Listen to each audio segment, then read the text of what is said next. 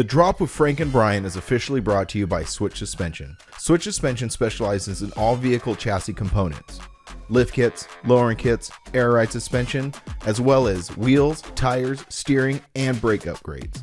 They use all the best products from the best brands. These guys are truck guys. You roll into their parking lot at the shop and they all drive custom vehicles and they use the products they sell on their own rides. So if you guys are looking for specialty parts, whether you're just starting out or you just need some replacement parts, give them a call or visit their website, switchsuspension.com. We hope you enjoy this episode of The Drop. If you like these podcasts and all the other content we create, head on over to our website and purchase some apparel. Our websites are thegoodlife.com and livelifecustom.com. We really appreciate it. Now on to the episode. If you're gonna, you can sit back, just pull it back. Yeah, this is what you look like. All right. I'm sitting back. These are very comfortable. All right, we're here. Welcome to this week's episode. We are sitting in the flow. I don't know why I keep calling it flow. Flow. The whole time I've been calling it flowbab. It's flubab. Like the Flowbots. Flaybab. So that's the correct pronunciation. Flay and then Bob. Bob. And I call it Fla Bob because I have known about this airport longer than both of you. Yeah. Yeah. You grew up around the corner. I did. Yeah, Kind of grew up, I guess. You lived around the I lived corner. around the corner, went to high school around the corner, went to Rubidoux. We're in Rubidoux. We're not in Riverside. I like Well, now it's Harupa Valley because it became a city. Oh, really? So Yeah. this is now this is considered Harupa Valley? Yeah. Oh, interesting. Yep. So the city of Rubidoux does not exist anymore? It never did. It was just a... Yeah, it was just a part of Riverside. So Like a unincorporated. Yeah, so this Yeah. area was county, and it was Rubidoux, Harupa, and yeah. And then I used to work at the McDonald's not too far from here too. Is When I that was the infamous 16, McDonald's? Is that the infamous McDonald's? Yeah, Valley? 16. No, Lyman and Van Buren. Oh, okay. So just past where we had lunch Yeah. that one day. Yeah. So we're in Brian's old neighborhood, Yeah. hanging out with Alan, aka Airbrushing. That's who we're hanging out with today. Alan has been a longtime friend, and he painted my 4Runner. He's currently painting Brian's Tacoma, and has painted a lot of trucks that people know. And I feel like a lot of people they don't know that. Like, you know what I mean? They know the trucks. Like if we put a picture up of the red Toyota, you know, or the blue Tundra, everybody knows those two trucks. But I think very few people know that Alan painted them. Yeah. Yeah. So we're gonna sit down and talk to you today about paint, about the airport. We got a really cool tour. You took us on a really cool tour of this airport. Which is kind of for me. I know I'm doing a lot of talking right now, but I'm setting everything up. Yeah. For me, it was really cool because actually I kind of grew up at an airport, at Chino Airport. My family, when I was young, owned a portion or owned a hangar at Chino Airport, and they used to paint airplanes. That's cool. So like I have like a little bit of a background in what would it be? This is when Brent texts me. Yeah, I know. Brent always has to say something about me and my family. Like my family has done a lot of things over my lifetime, and one of them was aviation. That's what I was looking for. Aviation painting. We're starting to think you just lie. I could be lying. Like completely. we're gonna have a guest one day, and they're gonna be like, yeah, you know, like I. Well, let me tell you a couple things that prove to me that I'm not lying about this, and maybe Alan will know this, knowing the aviation paint process. Yeah. So one.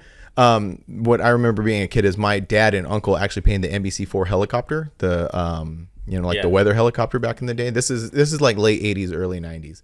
And growing up at the airport, I remember a few things distinctly, and one of them is the aircraft stripper. Yeah. And it was like, I remember being a kid and my parents were like, do not touch that. It will mess you up. And I grew up terrified of this stuff. Yeah. And what they used to have is, and this is probably way before any type of regulation or something, because this is how they used to do it back in the day. So they would strip an airplane and they'd wash it off, and then it would go off the airplane, and it would go into like a pad and just sit there. And then it's almost like a septic system, and then it would move to another pad. Well, when it moved to the other pad and dried out, what would be left is the like now powdered air stripper. Yeah. And then when I was a little older, my job was to go sweep up the stripper, and that was my job. And I was terrified every day doing that. Yeah. You know, and granted, I'm like probably, if this is like 89, 90, I'm only like 9 8 or 9 years old, and my family has me out there sweeping Chemicals. Poisonous straight stuff, yeah. chemicals. Yeah, that stuff smells horrible. I distinctly remember the smell. Don't, Yeah, I don't avoid avoid it. the microphone. Love the microphone. I avoid using paint stripper. No, so you completely. keep moving over. Just put it right right there, and here. then you talk to it like this. All right. Like keep it there. Yeah. So tell us, Alan, about yourself. Tell us all about Alan Where do I start? in the beginning. So I always had a thing for art and building.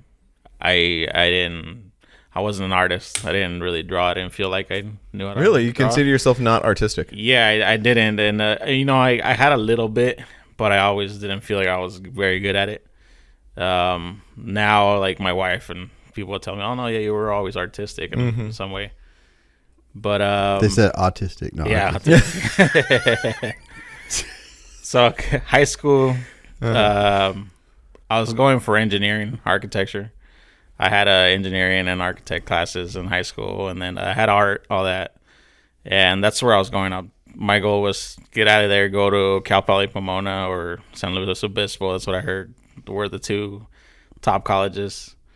And it was more, I think, I don't know if you guys went through it, but when I was in high school, they had this computer program where you could type what job or career. No. And they took us once, and then you could pick like engineer, and it would break it down for you, and it would say, really? They make $70,000 a year No. starting and all this stuff. And I remember looking through You a bunch typed of art, jobs. and you're like, yeah. nothing. I remember typing through a all lot of negative jobs, and money. they were all like 40,000, 50,000. And I You was typed that, it said fuck. homeless. Yeah, and architecture and engineering was when I was like, I think it was like 70 or 80, and I was like, oh, that sounds good, so I can get into that. I actually applied to the colleges, and I didn't make it. I got denied, and it just happened Did you apply to San Luis Obispo? yeah, and both then San Luis Cal Obispo and Poly? Cal Poly, and yeah, I mean my GPA was just over 3.0, like 3.2 or something. They probably So wanted it a I little wasn't higher than the- that. Yeah. And so yeah, that kind of worked out because to go back even more, I grew up landscaping, doing gardening, all that kind of stuff. My dad does that. So since I was a kid, it was just mowing lawns and cleanups, all that kind of stuff with him. So I happen to have a house that I used to mow in Fallbrook. That was like my job. I went and quoted it for a cousin that was starting his business, and the person owned like 10 houses in Temecula and had their house in Fallbrook, and for legal issues didn't want to go to Fallbrook, so I took over that. And Legal issues or yeah. residential issues? Yeah, residential issues. Fallbrook Yeah. is rowdy. There's a little border checkpoint between Temecula and Fallbrook that we avoided. Yeah. And I had all my shit straight by then, so I would go to Fallbrook and. Oh, you're talking about like immigration status? Yeah. Yeah, immigration yeah, Oh, I thought status you were and talking stuff, about because yeah. Fallbrook is notorious for KKK. like the I've heard. headquarters. I've never- The headquarters yeah, of the that's what I KKK heard, was yeah. in Fallbrook, or Yeah. isn't? I don't It was know. a- Yeah, I don't know. I always heard that too. Yeah. that I mean, it might be there's a big group urban out legend, there but and that's what I stuff, always but- heard. We know what yeah. it was is one of the old guys that ran. He was one of the head dudes. Uh-huh. Yeah, Lived there. that's what I heard. Oh. Yeah. Yeah. So did you grow up in buddy of mine. California? Yeah, You know, I grew up pretty much here in California. Came over here when I was like 5. I was born in Mexico, and we moved to Marietta. So I grew up pretty much in Oh, Marietta. so you've been in Yeah. that area for Yeah. because when I first met you, you were in Marietta. Yeah, Do you still? Marietta. I mean, not to I blow up live your in spot. Menifee. I live in Menifee. Oh, Menifee. Which, Yeah, which is just I like the always get cities Menifee. over. You know? Yeah, I always get those two mixed up. Yeah. So my dad did the gardening in Temecula, Marietta, and Menifee. Oh, okay. So I know those 3 cities like Oh, that's in cool. and out because we were just everywhere in the city. Yeah. But yeah, I happen to be more in this house in Fallbrook as I'm in high school, and every time I'd go, the guy was super cool. His name's Ed. They were the owners of 19th Hole golf carts in Temecula, and I would see all these cool lifted and dropped golf carts with custom graphics and all this fancy stuff because at the time that was just like the hot thing. Yeah. Yeah. And just talking to him, I was just always like, dude, who painted this? And he would tell me he did it. And I'd see him golf cart just looking normal one week. I'd go the next week. He had it lifted with some flames and stuff like that on it, and it was just cool. And I just told him one day, I was like, hey, you need any help around here? And, I could come after school. I would get out of school at like 11:30, 12. I had early release. And I was like, I'll come help you like for free, just to learn some of this. So yeah, he gave me a chance, and I would go after school, help him with the golf carts. He would let me sand them, primer them, like just showed me the little basics of it. And when all that was going on with the college, like same time I was already doing that. And it just happened that I was liking what I was doing there. Mm-hmm. And he told me, you want to really learn how to paint? Why don't you go to Chaffee College here in Rancho Cucamonga? Oh, yeah. Mm-hmm. He had a friend whose son or something went there, and he said they got an auto body program there, and you can keep, learning about it. Did you commute from Menifee to Rancho every day? That's a mission. Yeah, it was, yeah. So you didn't go do RCC? No, I didn't know RCC had it. And so I went straight to Chaffee just because that's kind of what he recommended. Yeah, Chaffee's is really good. Yeah. Yeah, I don't know if it's still there. I've been wanting to go, and it's so close, but it's just have you ever checked it out recently? No, that whole place is so different. Because I didn't attend there. I used to skate there in high school. We used to drive up from that desert and drive down. We used to skate Chaffee and a couple other spots. But another lie. Another little but I know in the last 20 years or something like that, place is completely different. So is where you live. I was there. Mm-hmm. Oh yeah, for sure. Yeah, because where that used to when you were young, just like you were talking about over here with the houses and stuff. Yeah, I remember Marietta being we used to ride our bikes everywhere. It was very rural. Yeah, and so I would tell people, we used to ride our bikes through here to go all the way to Toys R Us, or whatever. And now it's just straight buildings and houses everywhere. We used to ride from Marietta across the mountains all the way to Temecula. They had the Gold's Gym. Oh. There was no mall or anything back then. Yeah, the mall is actually relatively new. Yeah. That whole we used to ride from this guy in the club, Tony Galindo, from his house in Paris, and we would ride all the way to the Canyon Lake Dam on quads. Damn. Yeah, damn. Damn. And there was nothing, and now I kind of drive up it. I can drive that corridor, and I'm like, oh, we couldn't do this now. There's too many houses. Yeah. Canyon Lake, all that area it's still a lot of mountains you can go through to back of Paris and everything. Yeah, but I got to see a lot of that too. Is that guy that kind of introduced you to all that is still around? Yeah, he is. Just through Facebook and stuff. He's came around here. He's came to the shop. That's cool. So it must be for him, this dude that was mowing his lawn. Yeah, and he helped him sand some golf cars. Now has this super really cool shop because that's one thing that. The shop itself is really rad. Just I know you're not done with it yet on the front here. Yeah. We'll put some pictures of it now, but it's really it's impressive is what it is. Yeah, definitely. Yeah, it's been like a dream. So it was cool that the airport kind of gave me some freedom to do what I wanted with it. Because you started, was your first shop you worked with? Was it next to Extreme Audio? No, I had the shop I had in Menifee that you met me in. That was the first one that I actually rented the building and.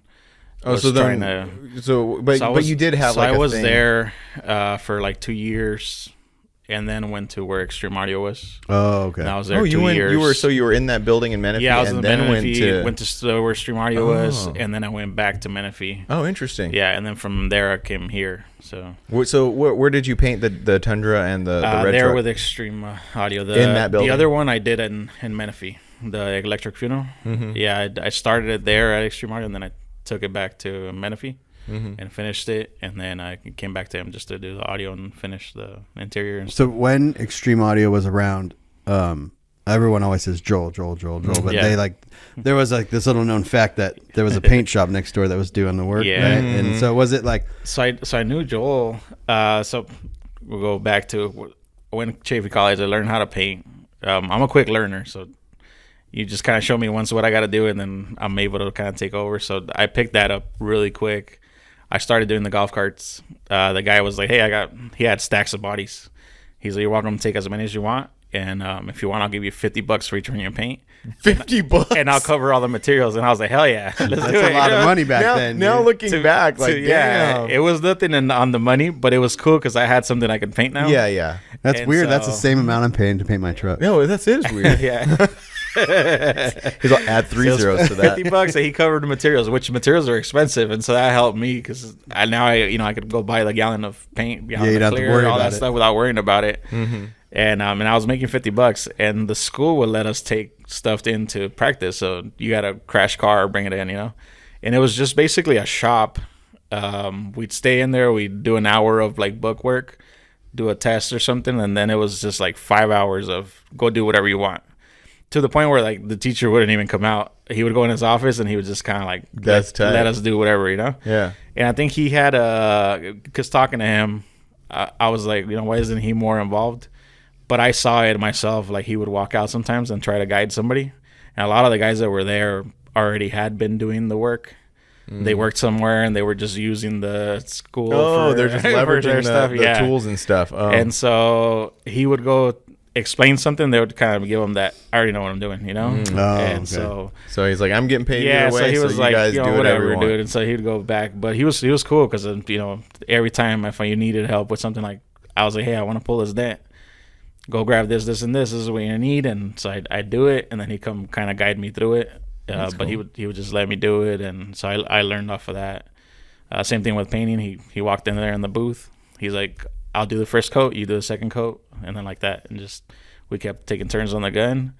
And he's like, you got it. And then that's like cool. Cleared it. So you would take the bodies from the golf cart guy. Yeah. Take them over there. To school, and then that guy would basically prep teach them, you how to paint paint. them. Yeah. Yeah. He showed me on the first one. After that, I felt like I had it. And then I just knocked out. And I did like 3 of them. And then I was like, I want to learn how to do flames. I took the flame class there too and started just messing around with the tape, even at home. And I did my first flame job there.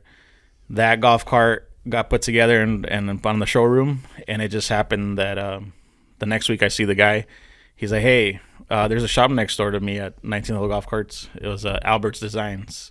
I don't know if you guys ever met Danny. No. This is Danny who? Danny Alberts. He's the one that painted the lowest originally. Oh, really? Yeah. Oh, so his shop was next door to 19th Hole Golf Carts, and he saw, I guess, that flame job that I did, and he asked him who did that. Oh, don't hit the table. My bad. So yeah, he was like, "Who did that?" And so he started talking about me to him, and told him I was going to school and learning, and he called me. And he was like, "Hey, I'm looking for somebody. If you're interested, come Monday for an interview." And I was just like, "Fuck, hell yeah!" I got a job. Maybe. Yeah, that's so cool. Yeah. And so I go there, I show up, and he's like, "I'm on my way out. I got these golf carts back here that I need to finish. The paint's on the counter, clear coat's over here, and whatever." And then he just walks out, and I was like, "Fuck!" Like, what am I doing? And so I just went for it, and I started mixing paint and shot clear, everything. And then he showed up like 4 or 5 hours later. I was just kind of sitting there. I didn't know what else to do. Were you busting out, were they just single color paint jobs at that point? Yeah, most of them were. I did some graphics, the ones I tried myself, but for him, it was just a yellow golf cart. And he had a red golf cart there. Yeah. So he was doing them for certain people too, and he was doing them for 19th hole, but he was the one that was doing all the nice, crazy ones. So yeah, which later I found out it wasn't always Ed. Oh, really? That was telling me he was doing all these cool graphics. Oh, Ed's lying. But he was painting them and everything. He knew what he was doing. Uh-huh. But I went in there and I painted that, and then he had this really cool sand rail with stars and graphics and stuff through it. And he's like, "You want to clear that?" And I was like, "No, I'm good." At the time, I was so scared of clearing some big panel. I still didn't understand everything. I thought you needed to walk across the whole side, and so I was like, golf carts were, because you can as do far it as I had gone. Yeah, I already had the pattern going, and I knew exactly what I was doing. So I watched them do that one though, and after that, I was just like, okay, now I know. He was just kind of going halfway or whatever, and then the other half. And did he have a shop or? Yeah, it was just a small shop. We could probably fit 4 cars or 5 in front little office and showroom area. I don't know if you know Temecula, but it was Mr. Tent. And then there was I'm trying to think what's around there, the Chopper Alley is back there. It's over by Highway 79. Yeah, I don't know. But 19th Hole Golf Cart's still there. But yeah, he had just a small shop next to him. Yeah, that's cool. And so yeah, after that he was like, "Well, yeah, come back." And so I was going 3 days a week to work with him. Yeah. I would go like 8 to 5, and then I would come home, and then I would still work on my garage on my golf carts. And so what I would try to do is apply what I saw there or what I was doing there. At night, I would mess around out at the garage at home. So when did you start doing like graphics and stuff? During that time, I was just trying to mess around with everything. I was just being a big sponge and just trying to like. How did that first flame? So the when you said you wanted to try flames, how did those turn out? It turned out really cool. I did really? Like a hot rod style, like the traditional flames. Like, my favorite type of flame is like a seaweed style for flame. my first one, and I'd still like look at it. It still looks good, like something I could have sold to anyone. Oh, really? And, that's awesome. Yeah, I was doing pretty good, and like I said, I had a class for it, so it was just like the guy kind of showed us this is the tape you use, and this is how you do it, and I mean, I would just sit there and redo it till it looked perfect, and then sprayed it. So you would say that, like, because we talk about it a lot, like because we've sat down with Eric, who taught paint at RCC, and so you would also be like a big proponent of like community college, like learning courses on how to do something. I push that a lot because I've had plenty of friends that went through the universities and just got themselves the in debt, UTIs, got it, and got in debt, and then walked out of it with nothing. I feel what I learned in school was the basics, and then as soon as I left there, like 6 months of working at this shop taught me way more than I could have imagined. That I could have gone a few years of college and still not learned. And what's cool is at shops you'll learn the quick fix or what you can, because that's the problem. At school I thought, okay, if I'm gonna paint a door, I have to strip this whole door and primer it or something, where no, it's like you could do a spot repair, blend it out and clear the whole door, and that's really what's school teaches you ABC 1, 2, 3. And then you take it beyond that. I always say with cameras and stuff, people say, what do? I said, go take a class, because you need to know what this button does, this button does, this button does, and how they work together.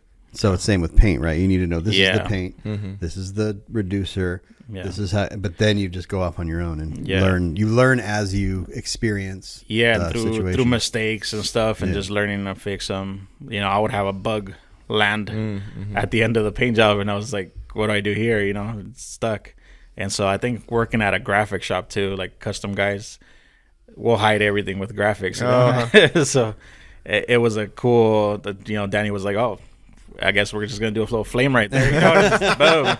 And sure enough, he put a little fire ember on there, and it gone. That's cool. Now you couldn't tell that there was something that happened there, and clear it. And so that kind of made things better. I think now that I'm doing repairs and everything. I worked with him for about 8 months. I didn't get paid very much, so I was gonna quit month 1. I was just like, well, fuck, I'm not getting paid here. I remember asking him like 3 weeks in, like, hey, when do we get paid? You're like, you said you hired me. So I was just showing up and working, and I was just like, well, maybe it's every 2 weeks, and we just never talked to money. And so it was almost like our first month in. It seems like a very painter thing to be. That's a very painter story. It was definitely like that. And he was going through a bunch of shit, so it was always crazy at the shop, Yep. Yeah, it was to the point where I would come in, open the shop, he'd eventually show up, and then a lot of times he'd be like, hey, you want to stay late and help me finish this? And at first I did, and then later I was just like, no, I think I gotta go home, And usually those late nights are when they're due the next day. The customers come to pick it up. Well, it was a lot of like getting it and holding it for 4 or 5 months, and then finish it all on the last night. Any of you painters out there recognize? That's the common painter thing. But that was also another like eye opener to me, because he was so good that I would base something sometimes and leave, and this is like 6 o'clock in the afternoon, and I would show up the next morning like early, and it was clear coated, graphics, airbrushed, like murals, and I was like, how the fuck did this happen overnight, dude? I didn't even see how that was possible. Like, I still can't do something like that. And but he was really good. I mean, was there any white powder around the shop? Oh. Bondo. Colombian sure, Bondo. It was always pills and Red Bulls and stuff. But he was really talented. I'm not sure where he's at or what now and stuff. I haven't seen him for years, but definitely learned a lot. He was cool. I think he was hesitant to teach me while I worked for him, because sometimes I would ask him, like, I would show up and be like, damn, that's cool. How did you make that look like metal or whatever, you know? Mm-hmm. And he was like, oh, man, I can't remember, you know? I can give me one of those. Gatekeeping a little bit? Yeah, mm-hmm. And talking to another guy that worked with us there, he told me, he's like, yeah, I remember Danny used to always say, like, this guy picks up shit too quick, and I don't want him, like, he didn't want me to be competition. You specifically. Yeah, he thought I was going to become competition or something. And I was like, oh, that's a bummer, because I always wanted to learn, you know, and I always felt like that's dumb to hold off. I feel the same way, because like with what I do with screen printing and stuff, I love screen printing, and I love talking about screen printing. Yeah. So more lies. So when someone comes to me and say, oh, I screen print too, a lot of people are like hesitant to say that. They're like, because they think that the normal reaction is like, you know what I mean? But I'm like, no, I'm like, I like talking about it. I like doing it, you know, but I think you run into a lot of people like that. I always feel like there's so much work for everybody. Like, and that's, you know, like there's people that are like, hey, I don't know any screen printing guys. Like, do you know anybody? And I'm like, there's so many guys out there, but you don't like, it's weird how that works. Like body shops, there's, 20 in every corner, you know, it's, yet we're all busy with cars. Like I'm busy with paint jobs. People wreck cars every single day. It's a normal. So it always felt weird that people don't want to share whatever skills or, you know, keep things in secret. But yeah, that only pushed me to buy all these DVDs. At the time, we didn't have much of like internet. Were you buying the Cal Concept stuff? Yeah, I have the Cal Concept book. That was my first thing, and I would just read that, and I would go step by step, because he had like a breakdown step by step. I actually watched most of his videos. They would play them at school, so that's how I knew about Fraser, and that was how I learned some of those, how to do carbon fiber and all this cool stuff. But yeah, books, DVDs really, and VHSs of airbrushing that kind of showed me. Yeah, like I said, that kind of goes back to even just the school where you're just getting your basics. Yeah, someone can show you something. Yeah. You could repeat that, and then you use that to do your own thing. Yeah. Yeah. What's that basic of, I didn't know how to even tape, or, you know, like, where do I start was my question. Like, how do I take a drawing and put it to this? Like, and, you know, and then just seeing that these guys are just taking graphite paper and tracing it on there like a tattoo. And I was like, oh, that's cool. I didn't know we could do that. And so once you learn that, then it's like, okay, I'm there now. And now I can mess around with it and practice, you know. Do you think that's why, like, you think that, like, when someone says you're artistic or an artist, you think, well, no, I'm not really artistic. I just know how to follow the steps in order to do what I want to do. That's how I feel more. We've had that discussion with multiple people. Like, my wife and I argue about it, because she says I was just born with it. And I'm like, no. You're like, no, I worked really hard to know how to do this. Yeah, I think it's that, because I tell her I think I can make anybody, or anybody can become, you know. I'm that person that I think, like, it's just, you need to put 1,000 hours of work into this, you know? Like, you're not just gonna grab all the whatever you need for silk screening and just do some cool shirts right off the bat. Like, I think the more you do, you learn every mistake, and you learn how to, like, place things correctly and do things to where I think there is a little bit of a difference with art, though, because you have to picture the final. Yeah. Like, if you're looking at the side of a truck and someone's like, I want graphics. Yeah. Okay, well, there's no step 1, 2, 3 as far as how to, like, which colors to use. Yeah. You have to know what the base color is going to be, and then where that base color is going to end up in the graphics. Yeah. And that's the part where, like, but I feel like that comes with it. That's where it probably I does. Still struggle. Everybody's always like, hey, you're the artist, you know, come up with these graphics for the side of my truck. And I'm like, no, dude, leave me alone. Like, give me something. Like, I like when someone shows up with a rendering and says, this is what I want. I love that, dude, because I'm like, I could do it. You know, just give me that. You have the same problem that, like, I do with screen printing and he does with photography, is like, just make it cool. Yeah. Like, but make it cool. What I think is cool is different what you think is cool. And then if I do it and you're like, I don't think that's cool. Yeah. Like, my thing with photography is funny, because I had this just recently happened to me. They're like, hey, I have this cool, it's an old patina truck. I want to shoot it in a junkyard. And I'm like, okay. It's not going to look good. I didn't say that. Yeah. But I'm like, we should probably shoot this like this. And the guy was like, no, I think this was cool. So we did it. We spent a whole half day doing all this stuff. And he goes, yeah. He goes, this doesn't. And I'm like, yeah, because the truck looks like it belongs in the junkyard. Right, yeah. It needs to have some sort of, like, it needs to be contrast. Yeah. So they're taking a very nice finished truck and putting it in the junkyard. different effects. And then if you just think of a junkyard, it's so busy. Oh yeah, lots of stuff. It's lots of stuff going on. So yeah, it's the same thing. It's kind of like make this cool or whatever. Cool is completely objective. It is, yeah. Or I'm sorry, subjective. Like I tell everybody, I'm not a fan of these 90s graphics they're doing. Really? You're not? I think they're so ugly. Mean I think they're so ugly. And there's a couple here and there that I'm like, that's cool. But as an artist, I can appreciate the work. Like I know how much taping and how much. Yeah, but can you look at one of those? One that's like done by like Cal Concepts, and then one that some random person tried to recreate. You can look at both those and go, that one looks better. Yeah, not necessarily that you're a fan of that style paint, but you can definitely go like, oh, for sure. I learned that from doing that thing with Matt Hutchinson. Yeah, and that's what I was going to tell you. I like the one Eric's truck. I like what he did there, and I think that's one of the cleanest ones out there. Yeah, but I don't like it. Like, it's not my. I say the same thing. Oh, you're talking about those graphics. Yeah. I do like those. Okay, I take back what I said. No, he's talking about the entire. I thought you were talking about those like late, early. Well, 90s. see, you like Ryan's truck, that blue Mazda. Blue. Oh yeah, that was a forbidden. Yeah. I know we talked and you liked that a lot. I hated it. Oh really? Yeah, and I told Ryan, like, Ryan's a really close friend, and I was just like, it's just not me though, And then that's what I say about those. I go, I'm not a fan of graphics. Yeah, but I like looking at them. I like looking at them on your truck. Yeah, that's not really on my truck. Like people ask me in this one, they're like, "You gonna do graphics?" And like, I get that when like when I was working on the truck, they're like, "Oh, you're gonna airbrush it," and I was like, "No, I've always liked the really clean." Maybe a little bit of pinstripe, like a lowrider that's just got some pinstripe down the side, and that's it. Like not patterns everywhere.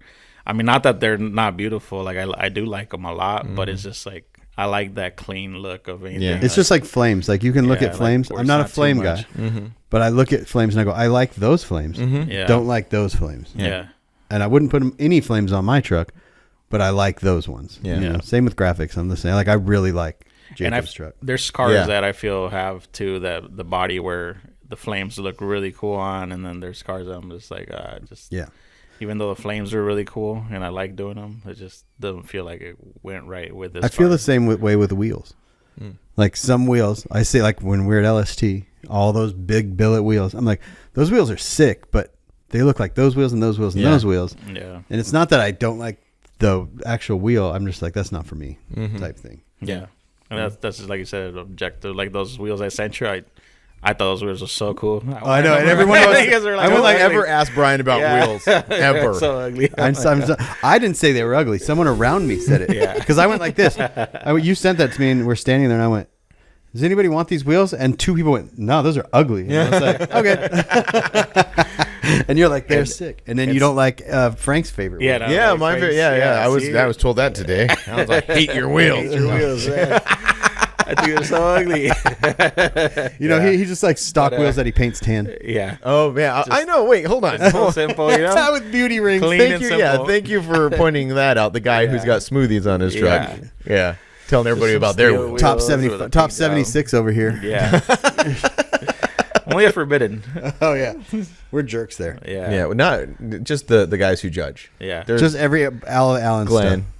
Yeah, Glenn. I think you guys know whose feelings won't get hurt. Who's at the show, and that's why you go your judgment based on. Oh, I see. Yeah. Honestly, that's not a false statement, because there has been times where we go this one or this one, and I go, well, that guy won it last year, and he also doesn't care if he doesn't win. Yeah, give it to that guy. Because they're very close. Yeah, it's not like it could go either way. So we will sometimes go, well, that dude won best such and such, or he got a top last year. He's not even going to care if he doesn't get a top this year. Yeah, I think that by now everybody knows the competition is just crazy there, and at Forbidden, it's how do you pick? You know, top 50. Oh yeah, top whatever, the guys who judge in our club do have a really hard job because there's a lot of nice stuff out there. They're also not judging; they're just picking. Yeah, pretty much, which is nice. It helps out. Yeah, but yeah. The whole graphic thing for me, my thought on it was like I was always dismissive of graphics too, and never really paid attention until like I talked to Matt and started being like, getting explanations on what makes a good graphic basically. Yeah. And now I'm very aware of graphics. And so when we travel across the country, like he was saying earlier, like you see the ones you're like, oh, this guy saw a West Coast, like a Cal Concepts thing. Yeah. And decided he was going to try to do it. and it's just not the same. Yeah. You know what I mean? And I'm not talking about it. I am talking about people that in particular I've seen, but not anybody in particular. Well, I mean, look that I've seen. at Danny in our club, Doghouse Custom. If you look at his first attempt at graphics, you're like, oh, you could tell it's his first attempt at that style. You look at his graphics now. Yeah. Oh yeah, so much better. Oh yeah, you know I mean that's just like. But you could tell that first part. Yeah, That's somebody trying to. I think the biggest replicate thing is finding the flow, and I think that's where it hurts most artists. Like, it doesn't have any flow, so it's just kind of like chaos. It's too random. It's chaos everywhere. Even though it is chaos, it has to make some sort of sense. Yeah, right. It has to flow. There's movement through the truck and body lines. Yeah, like a line that goes like swoopy, way too long, and you're like, yeah. You can tell a guy. Like someone who knows how to do graphics. It's hard. It's, I'll go through rolls. Sometimes I'll lay out a whole side and I'm like, I don't like it. I hate it. And I just rip all that tape off and I start over. And it's like that day was just a waste of a day, you know? Yeah. But sometimes you have to do that because if you keep on going down that road, you're not going to like it. Yeah. I was just going to say that like you can tell when trucks are laid out and there was like someone who knew graphics and how to do it and someone who just went like, kind of like, okay, we'll do a line like this. We'll come back and we'll do that. My pet peeve for graphics, and if you have this, I'm sorry, but my pet peeve for graphics is little skinny, like tribal, that's what kind of bugs me. People will be like, well, Frank, your truck is stock silver, so shut up. Listen, we don't have the coolest things, but we got some really cool opinions. Hey, I guess that's all that matters. Yeah. But when was the first time you picked up an airbrush? And started doing airbrush art. It was shortly after. So 2005, I graduated and just got right into it. So probably by 2006, I was already messing around. Because I bought one and I was just every trash can I owned. Oh, nice. And my cabinets and it was just constantly. And so that's why I was like, now when I look back at some of the stuff I was doing, it looks like a little kid doing stick figures, Did you write graffiti as a kid or anything? No graffiti or anything. And like I said, I did very minimal drawing and stuff. So, but I just from seeing it, I think they just doing it over and over. Like I tell all the kids that run through here, like I did my first skull and it looked like deformed, weird looking thing. And then I just kept doing them. And then by the time I probably did like my 50th to between there and 100 skulls, like they just started taking shape almost. Yeah. Well, and it's like you see kind of like, oh, I messed up here. I did a shadow here or a highlight that just made it weird. And so you kind of just start picking it up. Did you have to teach yourself? Because like I understand. I'm not an artist myself, but I understand that like art is also, it's just like photography. It's light manipulation, knowing where the light is coming from. Did you have to teach yourself that? I did. And then now I feel like I should have gone to some art classes and stuff. Yeah, that's what I was going to say. Like, it was just more doing it and just learning what looked bad and learning from the mistake I made. And I remember same thing with graphics. Like I told you, I did my truck graphics and I did like them, but there were some things I didn't like, and it was just like I was already there, so I didn't want to go back.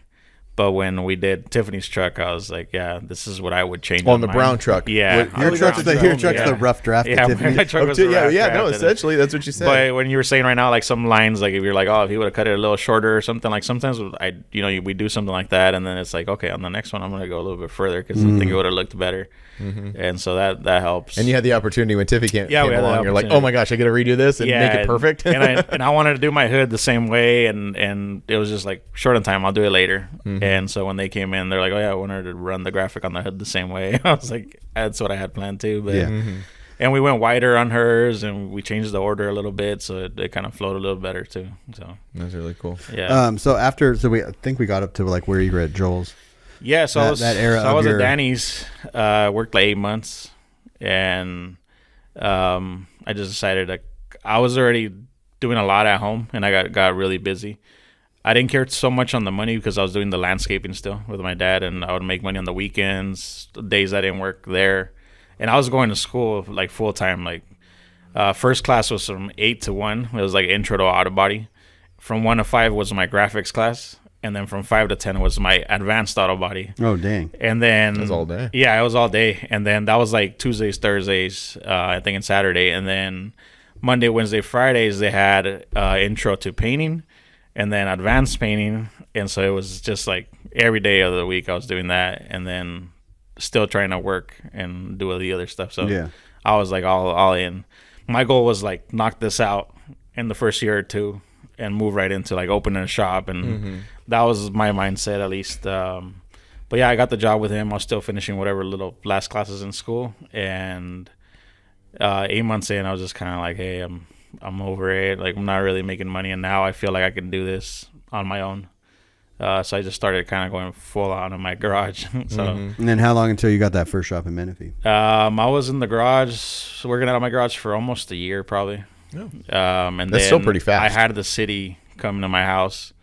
One of my neighbors called or something. Oh, really? Oh, and they rolled through and They got you. Guy came up the driveway. He was super cool though. He saw me working on a golf cart, and he's like, "What do you do here?" You know, and he was like, "Look." You're like, golf? Yeah, I was like, I told him I just work on golf carts and I do airbrushing and stuff. And I had a couple there with graphics, and he thought they were cool. And you know, he saw probably I was a kid. And he was like, hey, look, I'm standing in your driveway. He's like, I don't smell anything. One of your neighbors complained about smells. He's like, a lot of times people just see something and complain. So he was like, close your garage, put on a good respirator, and as long as I don't have to come back, we're good. Oh, nice. And so I was like, cool, because I was terrified. I had all these cans open. And I mean, in school, they would tell us, like, hey, every can open, that's a $5,000 fine. You know, like, they break down all these things to us. And I was just like, they're putting the fear. My heart was just like shaking, you know. I was like, this guy goes in there, he's going to be like, oh, this is 5,000, this is 5,000. You're just adding up the tallies, you know? You're like 5, 6, yeah. Yeah. And, but no, just take me to jail. He was super cool. Yeah, just to go. But yeah, he was cool. He was like, close your garage. We don't see it. And neighbors don't see it. They probably won't bother you. And he's like, because it doesn't look like you're doing too much. I mean, golf carts. And so that's when I was like, okay, I need to find a shop and go more legit. And it just happened that Danny actually moved to that shop in Menifee. He was there for maybe 6 months or something. And I went to help him with a job there. He was working on Joel's Delois there. I think that it got painted there. And he left back to Temecula, and so I was like, that building's empty then. And so I just drove up there and I talked to the guy and I was like, hey, you want to rent it? And he was like, no, I'm done with painters, and gave me a whole spiel. And then he was like, okay, when do you want to move in? And I was like, I'm there tomorrow, you know. And it had a spray booth. It was like, you know, kind of half open. I remember. Yeah. That's where you painted my truck. Yeah, and it really is the rent. You know, he was charging me $700 at the time. Dang, for that whole building? For that building, yeah. This is when I started. That was what year was this? This is 2007. Okay. 6, 7. I mean, but even back then, that's still a killer deal. Yeah, $700. I mean, for me, I was 19 at the time, and like, you know, not sure of where everything was gonna go, and so even just having that rent felt like a little bit nerve-wracking. Yeah.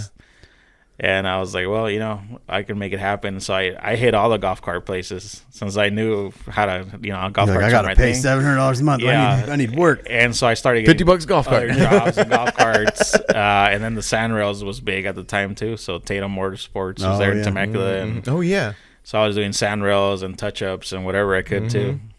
But I mean, I had a spray booth and shop space, and it's very legit. Yeah, the guy had already a compressor set up with like airlines everywhere, so it was just like a done shop. You could just move in and go, you know. So that was nice having that space, and this is 2007-8, so right when everything just went to shit. Yeah.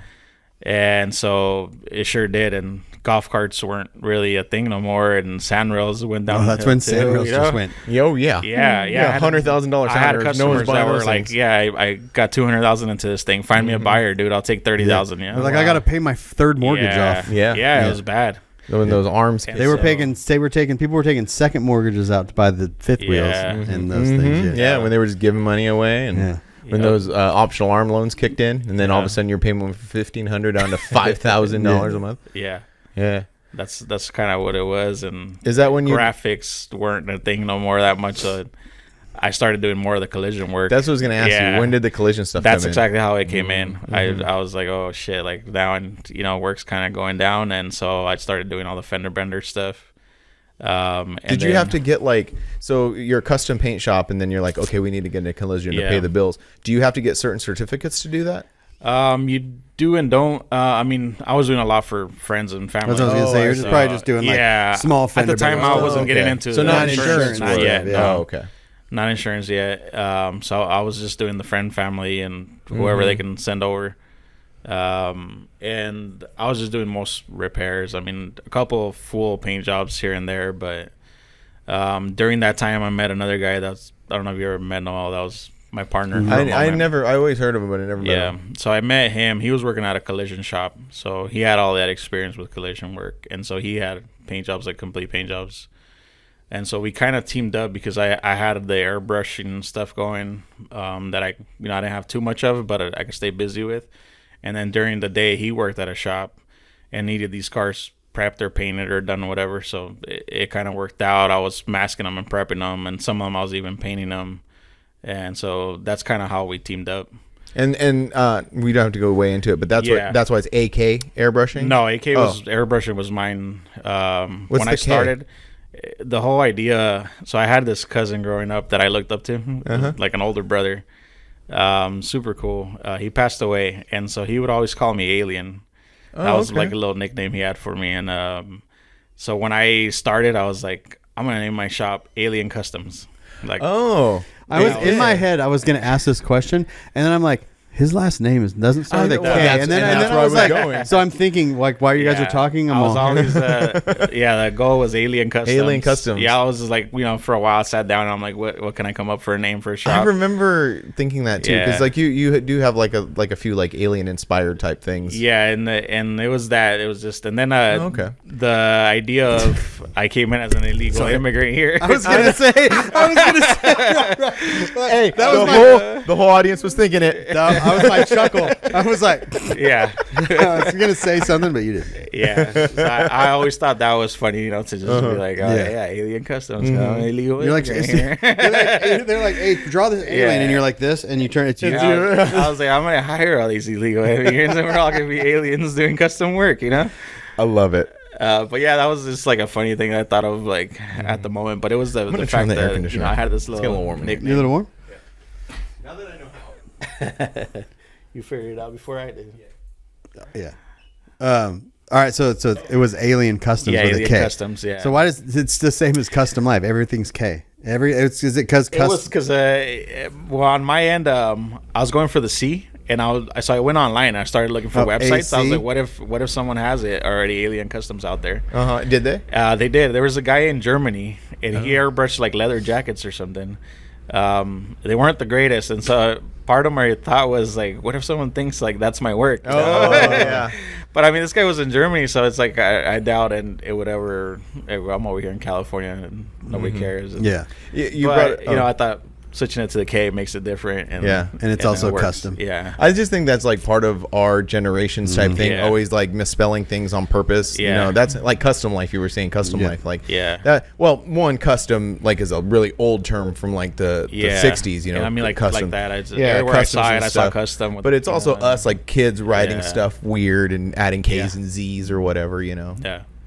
Yeah. So my email is still Alien Customs, but really? CSTMS like at Hotmail. That's tight. So I kept that since I started.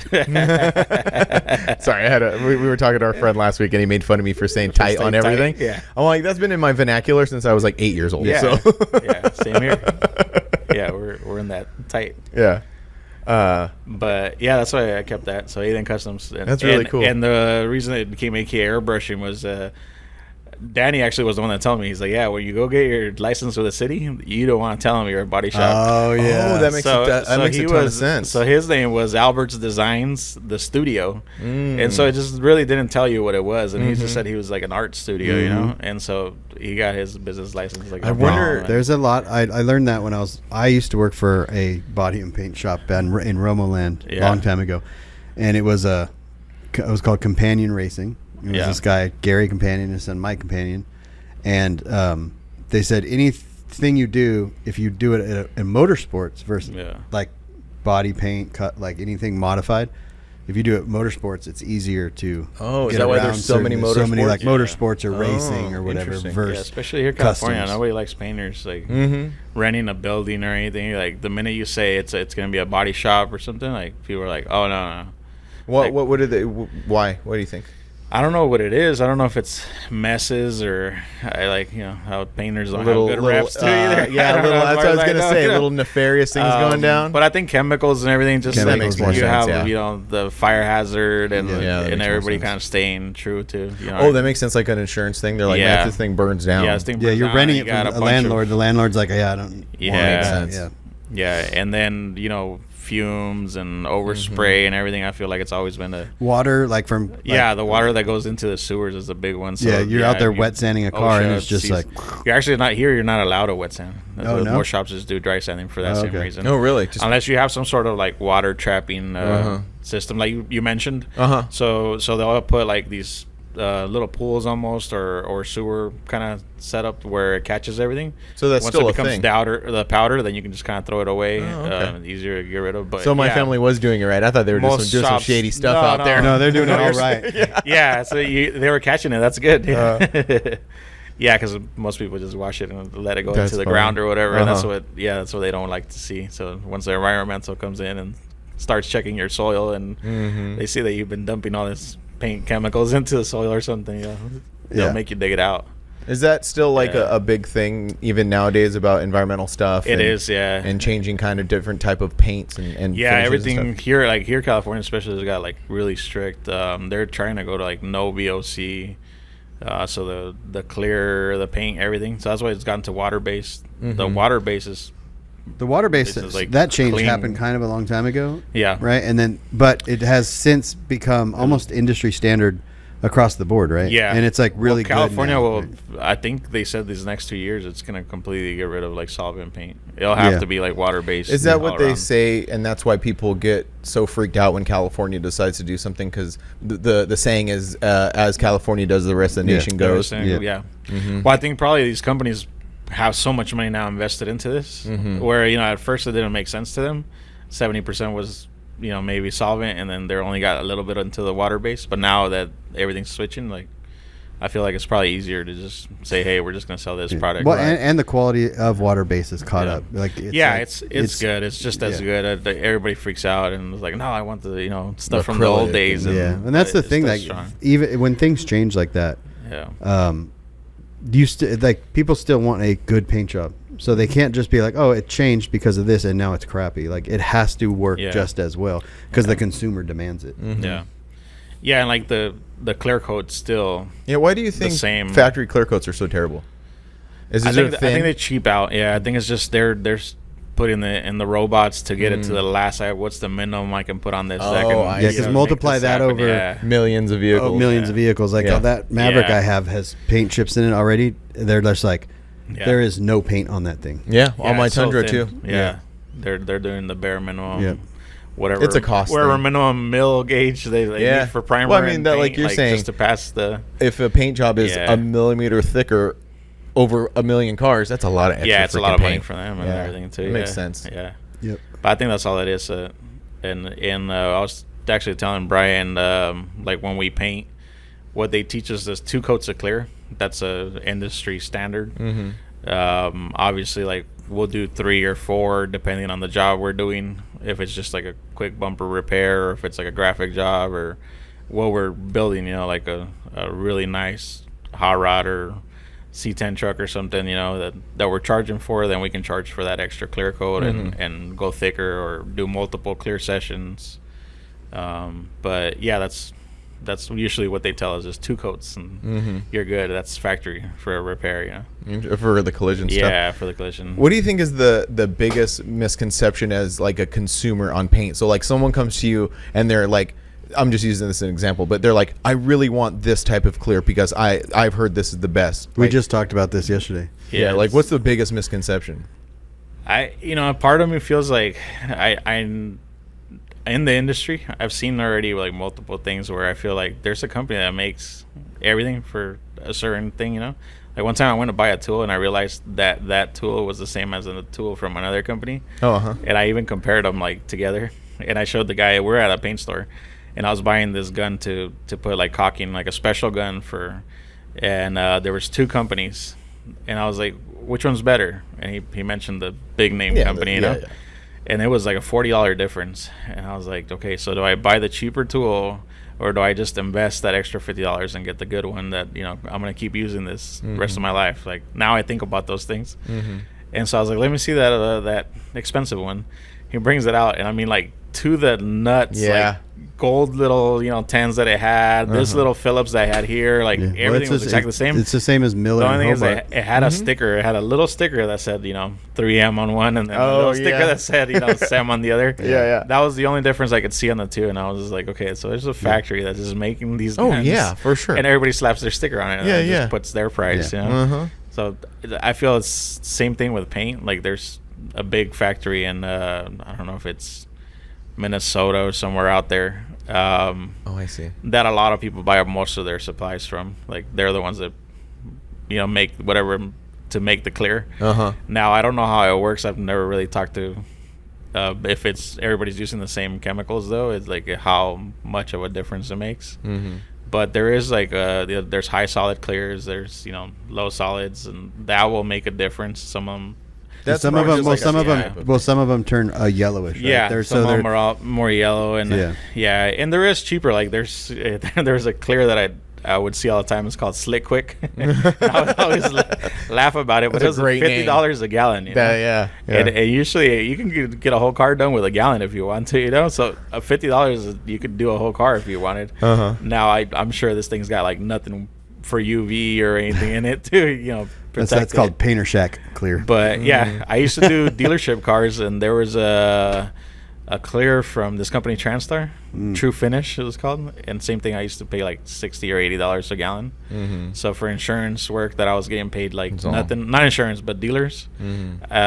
This was perfect, and it would look like glass, like anything that I did with my higher end clear coats. Like the finish is the same. I think the finish is just more on the painter, and it's also like maybe a length, like the UV rays could break down one version on the other. Like so if you're definitely like those the more expensive clear coats, I'm sure they have the backing to it, or companies that have a little bit better of a name than they're actually putting better material out because they have that name in there. So then so you think the misconception is like I need to go with this brand because I've heard this is the best brand, but then they make 3 other brands that are the same thing. Just but then some, you were saying you have experience where some paint doesn't flow as good. I've, more of the coverage and stuff. Like I've used some companies that are big name companies or whatever, and they'll give me the materials and I shoot it, and I'm like, this thing's not covering for any reason. Like my cheap paint, is doing a better job. So it's, and people swear about it. I don't want to start bashing companies. You don't gotta say it. But it's I've had that happen where people swear about a certain product, and I'm just like, this is crap. It's, once I'm using it, I'm not happy with it at all. You think it's like a marketing thing? Just companies are really good at marketing. And I think a lot of these companies they'll look for people to like myself or Matt or something. Like they like Kindig. You do a really cool paint job and sell it off of that. Yeah, Kindig has their own like line of paint. Yeah. Is it Vastine or I don't know what it is, but I'm not too sure. You know what I mean? So if you have a paint company that latches onto someone like Kindig and they're like, and they get Kindig to say, oh, these are all, then it could be the same as X paint. Yeah. Is it similar to like white labeling? Yeah, probably, but it's just it definitely, but it's just like if you can get someone to like that to use your paint, then you can charge. You can charge double, triple. I see what you're saying. Oh, I see. Yeah. I have all my nice paint jobs, and I tell you that I'm doing it with this material, then you're going to just assume that stuff is really good because you saw some of the nicest paint jobs with it, But I feel also I've done it with like I said, the super cheap clear coats or super cheap materials, Well, like you said, it's up to the painter. I've also heard this thing, again, no names or anything like that, but if there's a company out there and they're constantly giving away their paint, then if you got paint for free, you're going to be like, damn, this paint is so good. Oh, I see what you're saying. This is the best paint. But if you had to pay for it, you're just like, you're not going to say anything. Right. You're just going to be like, I like my, Alan did a great job on my truck. So it's like if you're constantly just giving your paint away. Yeah, I've been doing it so long now that it's just what I use. I try to push what I use is because I've been using that. Yeah, like I started experience. I started using that 20 years ago, and I still just stayed using it because everything that I've done, it hasn't really came back. And if it's came back, it's just for normal little wear and tear type stuff, you know, touch ups. I mean, your truck. Oh yeah, the 4Runner was. I won't even tell you that I used the best stuff out there because it wasn't, you know, but it held up for so many years. No, it's great. I was gonna say even the Tundra and the red Toyota, like those paint jobs. And if the person's listening, I'm not like speaking ill of this person, but that Tundra is sort of like sitting right now. Yeah. You know, So you're talking about the blue one? The blue Tundra, yeah. And it's kind of, I don't know if it's in a garage, but at one time it was sitting. You know outside. where that truck is? Yeah. Oh, yeah. Oh, you don't know where it is? No. Oh, it's over here in a. Well, I knew he was here. Locally. Yeah. It's over here like in Rancho. And he's either in Rancho or Ontario or something. But I haven't seen him or anything about it, you know, I've in not years, seen and I've it always wondered what happened. It's chilling out there. I don't know if it's inside the garage or outside the garage still. As far as I know, again, I'm not talking crap about this person. This person's listening. But when I knew it was sitting outside under a car cover. Hit me up. No, hit me up. My dream. Hit me up. That's my dream truck. Like if you got that, if that truck was a certain price point, would you buy that and not do your Tacoma right now? Yeah. Just the problem put that on hold for. Well, I love that truck too, and it's just that such I a cool did it. truck. You know, it would definitely be something I'd want. Would. So again, I'm not talking crap about anything, but it would definitely need some stuff to get it going, like really, really nice. You know? Yeah, I remember. So he sold that truck to him when I moved here, and he called me. To the airport. Bob, And so I got here, and the shop. I mean, I'll show you pictures later, but it was just this whole parking lot was dirt, and this was just like a chain link fence falling apart. And so I moved in like what am I gonna do? You know, I was like, my customers aren't gonna want to come here. Rubido already looks kind of shady. You know, it's already in the middle of Rubido. I'm already a Mexican, you know, so they're gonna be like, is this like TJ or something? You know.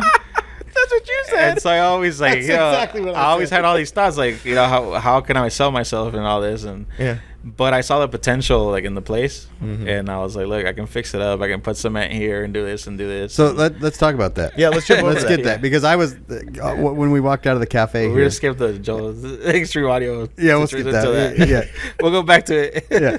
Well, what I was gonna say is when we walked out of the cafe, I was like, all these white people had to drive through Rubido to get here. Yeah. They're like, Rubido's gotten better. It's not. Oh, Rubido. Still got zombies walking out there. I have no experience hanging out around Rubido except for when you first moved here. And I remember coming down here. I was like, you came when it was. I have heard about this. Was that before they redid the main strip out there? Because you know how that you can park right there, and that center island, that was never like that. We used to come down here and cruise in the 90s. Yeah, and it was there when you came in because I remember. Yeah, that center island's been since I. Yeah, so that road right there in the 90s, where Club Metro was up here. This place on a Friday and Saturday night was wild. Yeah. It was from the bridge all the way up to Riverview and all that was just packed. 2 rows deep, just cars driving back and forth. It was. Yeah, well, my cousins lived into where that water tower is, just down Mission. Yeah. Over like by where the McDonald's and like Valley, all that is. Yeah. They lived up in that hill too, so probably close to where you lived. So I would come down here to see them, and they were always getting in trouble. I went to Club Metro one time. I loved Club Metro, dude. It was, I was too young. good. I don't think I was around when that thing closed down. Probably, I don't know. Yeah, you're a little younger than us, huh? Yeah, I was born '87. Oh, okay. Yeah, 82. Yeah. 70 something over here.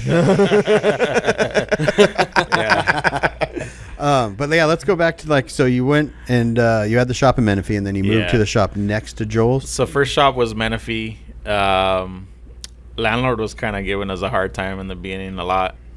He was just there all the time, so it was like move everything from this side to that side, and then move everything from that side back to this side, and it was just like a constant. And talking to Joel at the time, he had that Extreme Audio over in the 91 and over 60. Moreno Valley kind of area. Not 9160. 215. Yeah. Yeah. And he was like, hey, move into the shop next to me. There's one empty next to me. And he's like, I have so much work for you. Like, I need all these mini trucks done. And he's like, I have a painter right now, and he takes forever, man. He's like, what's his name? Matt Hutchison? It took him a year and a half to do it Tacoma. It was Matt. It was Matt. It was Matt. He's like, dude, how long would it take you to paint a Tacoma? And I was like, I don't know, maybe like a month. And he's like, a month? He's like, if I bring you like a brand new Tacoma, you just gotta sand it and like reshoot a different color or graphic, you know? And I was like, yeah, maybe like a month. And he was like, move over next to me. Yeah. And he's like, you're great, Matt. My painter's taking like a year. And so it just happened that it was like we were kind of frustrated with the situation there, and he had this opportunity, and he sold it real nice to us, and I was like, cool, we can move to like a legitimate like front street shop, where right next to the freeway, all these people are gonna see our work, and so I was like, let's try it, and so yeah, we moved there. Joel actually leased the building. And so we were kind of like subleasing from Joel. Oh, okay. He wanted there was 2 offices in the front and then the showroom.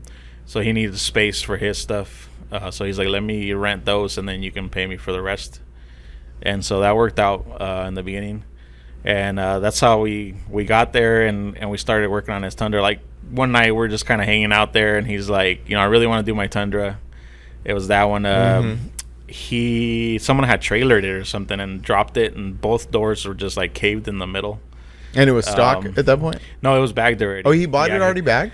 I think he had it bagged. Oh, he had it bagged. Yeah. I'm not too sure on the whole how got to it, but yeah, it was already bagged. It was just beat up and different colors, and it just kind of like from talking, we were like, hey, get the materials and give us $2,500, dude, and we'll do this truck up like sick. Show what we can do. It's an amazing get it out there. Yeah. And so this was like our thought to get it and show people up and really like start getting busy, like so, because we're limited and that's something I still struggle with. We're limited to whatever our customers are willing to do. And, right. Oh, I see. So like budgets and everything we have to limit, and sometimes you're like, I want to do something cool, but I can't because like I'm stuck here on this. So I was like, just $2,500, dude. We'll make this happen right now. So we did that truck for $2,500. That's crazy. And he got sponsored on the paint, so we had all the paint. It was just working on it, but yeah, we got on it and we got it done for what was supposed to be SEMA. And then he ended up last minute not taking it, so it was just kind of like started going downhill from there. And then so after this whole relationship, that's when he moved back to Memphis. Yeah. So from there, I was there 2 years. Is this when you guys met? Or when did you guys meet? I met him there, but just like briefly, I said hi. And we did too, but we didn't know. You guys stopped by. There was a cruise or something one time, and I didn't even know. It was like a little show. Yeah, at the time, I didn't know too many people, and I was just kind of getting out there. Because I think I remember looking at the Tundra. Yeah, looking at it, I was airbrushing it. I was airbrushing it when you guys came over through that cruise. That's what it was. I'd done the pillars, and I was already working on it. But yeah, I mean, Matt was working with Joel. He was his guy. And he was working on some projects, and then we were working on others. And so that's kind of how we got a little relationship with Matt. We were kind of competing with each other to a sense. But I mean, he was cool. He was nervous, I think, in the beginning because, we were moving in there, and I think he thought like we were trying to take his work and stuff, But yeah, I mean, we got along, and I would pick up stuff from him, and that's cool. I don't know that he learned anything from me. But which is cool because you guys still have a relationship now. And yeah, there's we like do a truck he's going to work on here, and it's cool. He's cool, and we've always had that, and we'll just we'll fuck around a little bit with each other or whatever. But yeah, I mean, he's a good painter, and he's picky, and he does his stuff nice. So I've always liked that about him. That it takes him a while to do a certain graphic or something, but it's so clean. I'm like, okay, he takes his time to do it. Whose idea was it to paint the wheels on the Tundra? I mean, we talked about it, but I mean, really, Joel, I think, was the one that was doing it. Yeah, that truck was the inspiration for my 4Runner. Oh, yeah? I think I told you that when we were talking about what my 4Runner was going to look like. I told you, I said that Tundra is my favorite truck on this planet. Yeah, it was cool. It was something I liked a lot. I liked the airbrushing. It was kind of that freehand, just and messing around. Because you did the roof. It started in the beginning it was just the roof and the wheels, and then later on you did the interior. We did the pillars up. The interior, just the center console actually was airbrushed, and Matt actually did the center console. Oh, he did? Yeah. Oh, cool. Yeah, he did the center console, and then the wheels came later. So it was. There was a whole debate of. So that's kind of where we started having trouble. I think Joel's whole goal was to sell jobs and then use us there as like we worked for him, and so it was a constant thing of like he was charging so much and then trying to 20% of that go to the painters type. So yeah, it started kind of not working out because we were getting cut short on work, and he was making the money with it. And so we started kind of like having little fallouts on stuff, like those wheels. I had to airbrush them, and it was like, airbrush them for this amount, or I'll just have Matt do them. Story. You know, and if not, I'm gonna have Matt do them. And it was that constant, like, I wanted this was our piece of work, our work of art, you know. So I wanted to stick through and just do it, so that I could say, this is top to bottom, this is what we did, you know. And then it ended up being the wheels were like not they were like a kind of a problem because he had acquired those wheels to use. Was it going to SEMA for when it was Lexani? going to SEMA? Yeah, it was for Lexani gave Lexani. them the wheels, but the front ones didn't fit. Right, so we they were had to having a take them problem to with it. machine, and so that was all like day or two before it had to be in SEMA. So those last couple of days were just like hectic. We weren't going home. We were just like one of those usual SEMA builds where that whole week we were just not sleeping and just focusing on getting this thing And done. that truck never went to SEMA, did it? No, Yeah, it was that's what supposed they're to saying, go. they So didn't that's why we're like, that was one of the biggest like things why I was frustrated. Because it was we supposed to be didn't your sleep. debut. We didn't sleep. We were just constant on this, like nonstop. And then come Friday, he's like, I'm not going. Oh, And so it was just like, frustrating, yeah. How long after? Sorry, how long after that did you make the first Grinder TV? No, it wasn't the first Grinder TV It was video. the second Grinder TV. Oh, Yeah. so it was the first one I did Yeah. on my own. Okay, so it was essentially the first Grinder TV video, and that's where I fell in love with it. By the way, Yeah. That video blew up. Yeah. that video still does like Yeah. views. It's like close to 11 million now. That's Yeah. crazy. The video did really good Yeah. for me. That's awesome. And I remember it being like super cool video at the time. It was- Now oh, that I go look back and look at it now. I know. I yeah, watch it now I too. look back and it's a little funny. It was also that video was shot at 24 frames per second and edited on a 30 frames per second timeline. Oh. So you watch it and you're like, why is it skippy? Yeah. Because it was making it was adding, yeah. it was missing frames. It was so funny. Yeah. It's still a dope That video was the first one where I found out that people are very mean on YouTube. Yeah. They were talking a lot of mean stuff about not only the truck but Joel too. Joel. Well, Joel's breakdancing in it. Yeah. Well, I know, but they were saying very racist things about Joel in it, and I was just like, dang. Yeah. I was like, people are crazy, dude. Yeah. But so after Joel's whole thing didn't really pan out, and then you moved back to the Menifee shop. Yeah. Right after that, we were looking for shops all around the area, and we were having a hard time actually finding a shop. And that shop in Menifee I still knew it was empty. The guy had told me multiple times, like, hey, come back. And so, I called him, and I was like, okay, we're coming back. And so that time we talked, and we're like, hey, so I didn't like this about last time. We kind of broke down so you broke some it down ground a little rules, bit, and then we paid more. What year was this? We paid around? more rent and everything, but we did it to like make things. You're like, hey, this was leave like us around alone. 2010. Yeah. Okay, I was gonna ask that. So Yeah. so you go back. It wasn't $700 anymore. No, it wasn't $700 no more. And I think from that whole experience on the first time, like I said, we got to talk and be like, hey, leave us alone a little bit more. Yeah. And So stop giving us so much of a hard time. I want to fast forward to get to here. Yeah. So, I like, think we could do Yeah, that. yeah. So you were in Menifee for however Yeah. long, and then how did the airport come about? So I was in Menifee back 2010 or so, back there. Then we started doing all this work. That's around the time you came, like 2000. You did my 15, truck 16? you started my truck in like Yeah. 15 and it was done in 16. So I got set up there pretty good, where we were busy. Like I said, I was doing a lot of dealership work and just a little bit of everything.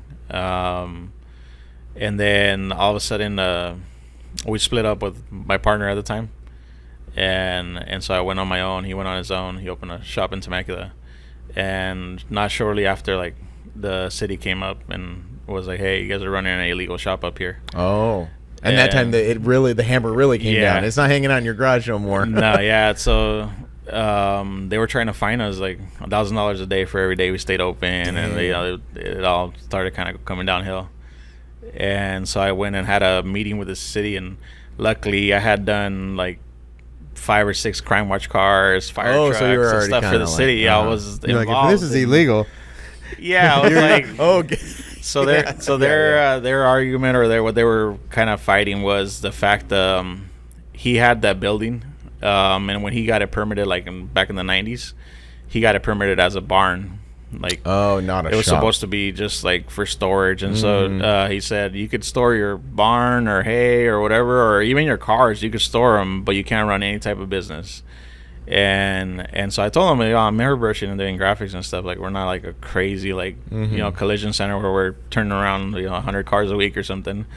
And she was like, it doesn't matter. Like, it's if you're airbrushing kids shoes for the poor or whatever. Like, it doesn't matter. I don't you just care. can't have a business up there. Was this when Menifee became a city? Yeah, so it started 2008. They became a city. So shortly after that, I had heard they were cracking down on like home businesses and stuff. Yeah, because Menifee was just county. It was just like here. Oh, okay. It was just like Rubio. And we had already heard like certain businesses like I think it's McGrath's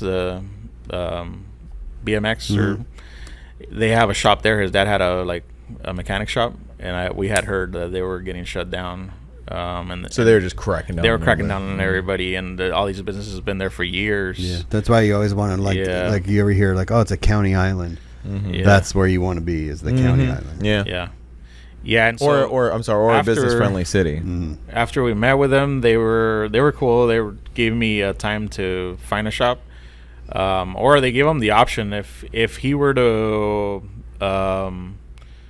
change the zoning, I guess, of his area to commercial, he could do whatever business up there, but he had to repave the whole street, like add sidewalks, like do all that stuff. Yeah. And so they told him it was gonna be like 100,000 in permits and stuff, and they're like, all right. I was like, and so I mean, we talked with him, and he was like, can you cover some of that? Let's go like half and half. And I was just like, dude, I'm renting it. At the end of the day, it's your property, so I didn't feel like I could anyway. So they gave me like 8 months to find a place and move out where we had this, and they would check in with us, but they didn't find us or anything. It was cool. Oh, that's good. And through that, I went around and looked for places. The trouble was they were even trying to keep me there in Menifee. They were like, we'll find you a place here, but I had to get like a conditional use permit. I had to move in for 3 months. I couldn't use the shop at all. It was just like move in and set things up,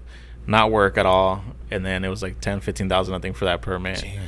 And so I was just like doing the math, and I'm like, okay, 15,000 for this permit, 3 months of rent, no work, no nothing. Like I'm gonna be 30,000-40,000 in before I could even like start working.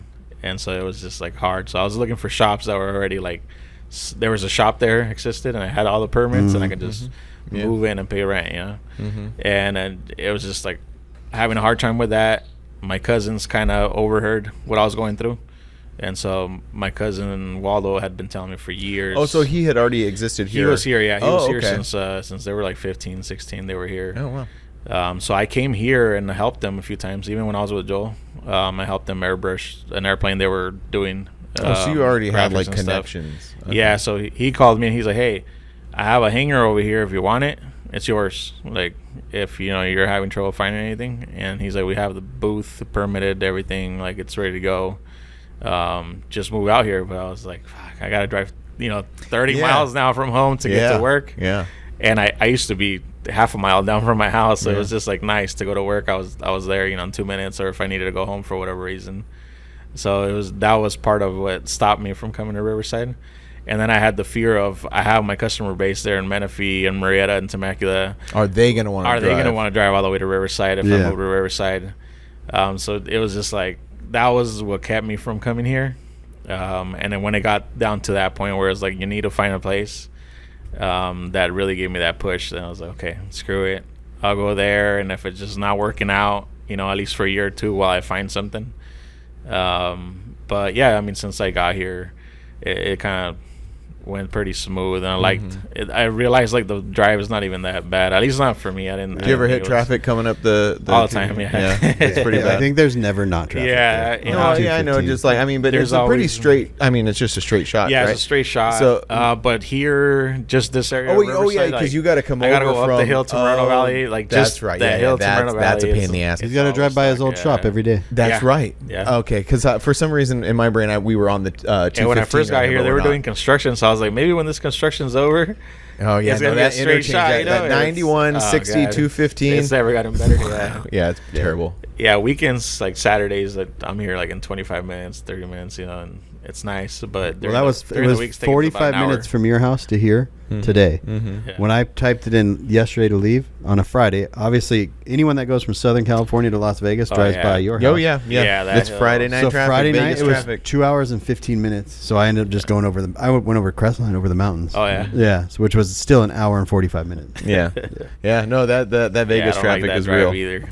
So you should just work on the weekends and just stay home during the week.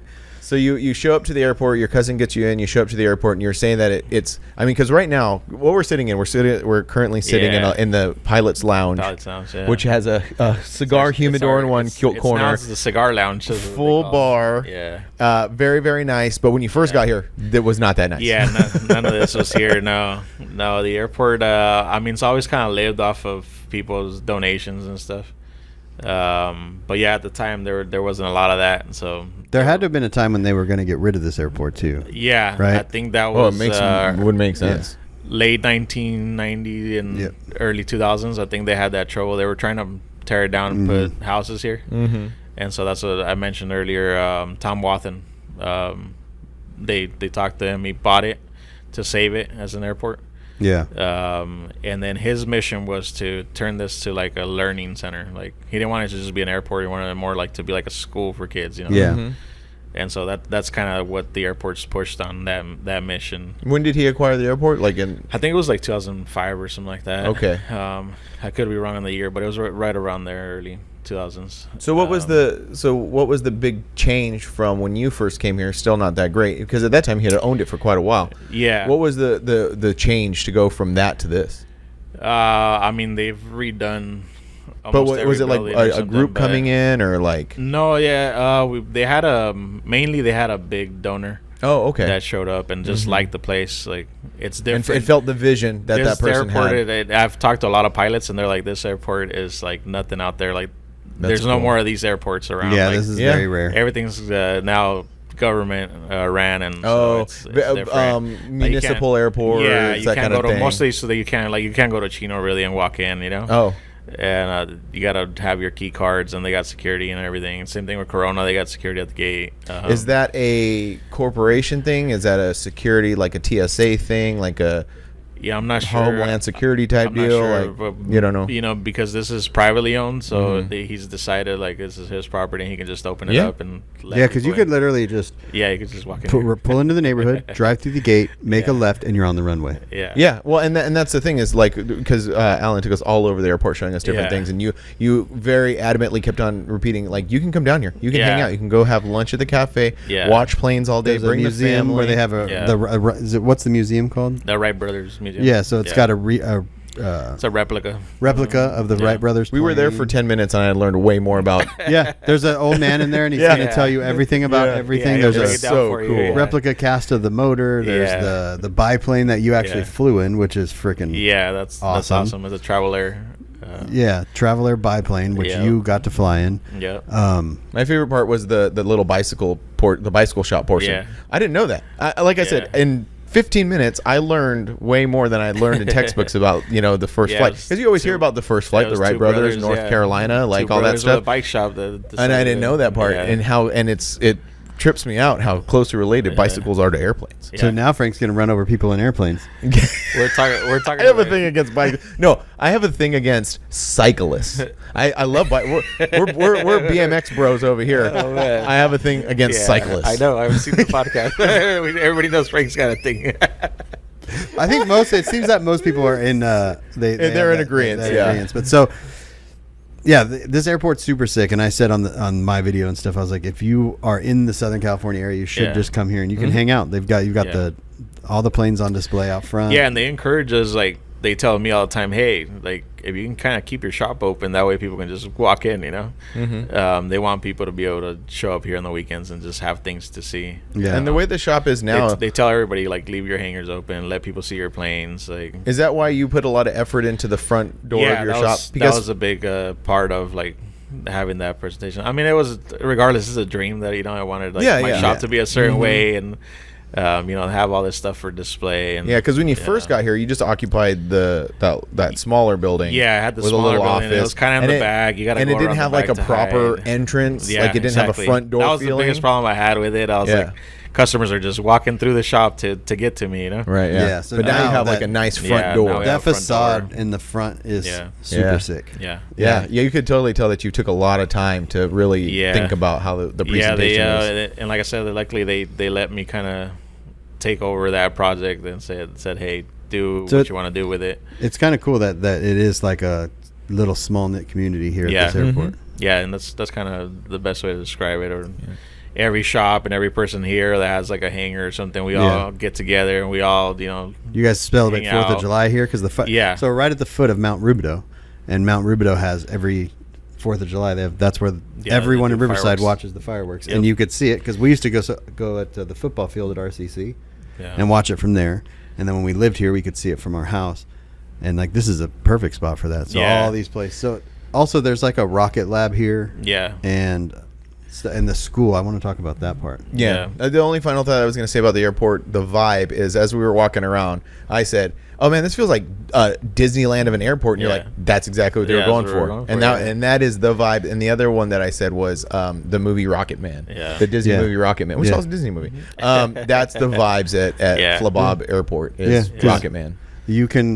They've got the cafe where like you can sit out and watch the planes Yeah. land. And Yeah, it's take got a nice off. patio and And then it has that. that airplane viewing area I showed you guys Yeah. next to it. It's the same thing. We thought if there's overflow from the cafe, they can take their food and go sit down in those benches. Yeah, and it's just really go well thought watch, out. Yeah. And did you have a lot of like opinion in that? Now I'm more involved in they'll ask and kind of like Mm-hmm. for us to put our 2 cents in what we think, and so I try to help with what I can. now, when these people that are running the airport now are they older? Yeah, so there's a group of board members. I think they're all older. They've been a big part of Flabob for years, and Do they have a they plan have on businesses the, or the whatever future here.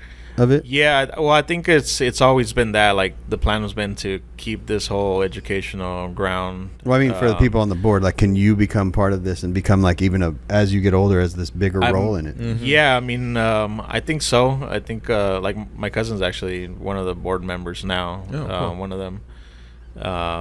And I think that they were looking for people that are involved here and are around it all the time to kind of come in and put in their Yeah, 2 because you cents, guys too. have the most attachment to this place. Yeah. You want to see Yeah. it grow because it's just Yeah. it's part of you guys. It's like a too. home for it's us. Like exactly. And so Yeah. it's as nice. you're walking around explaining things, you could It's tell nice you're to very be- passionate about yeah, it. Yeah. and that worked out for me. Like it became a home, and now you're learning it's, how to like, really fly. Cool. Yeah, That's Now wild, I'm here dude. now, That's so like, cool. Now I have to learn how to fly from an airport. You know? So Yeah, speaking sick. of flying, Frank's gonna go flying.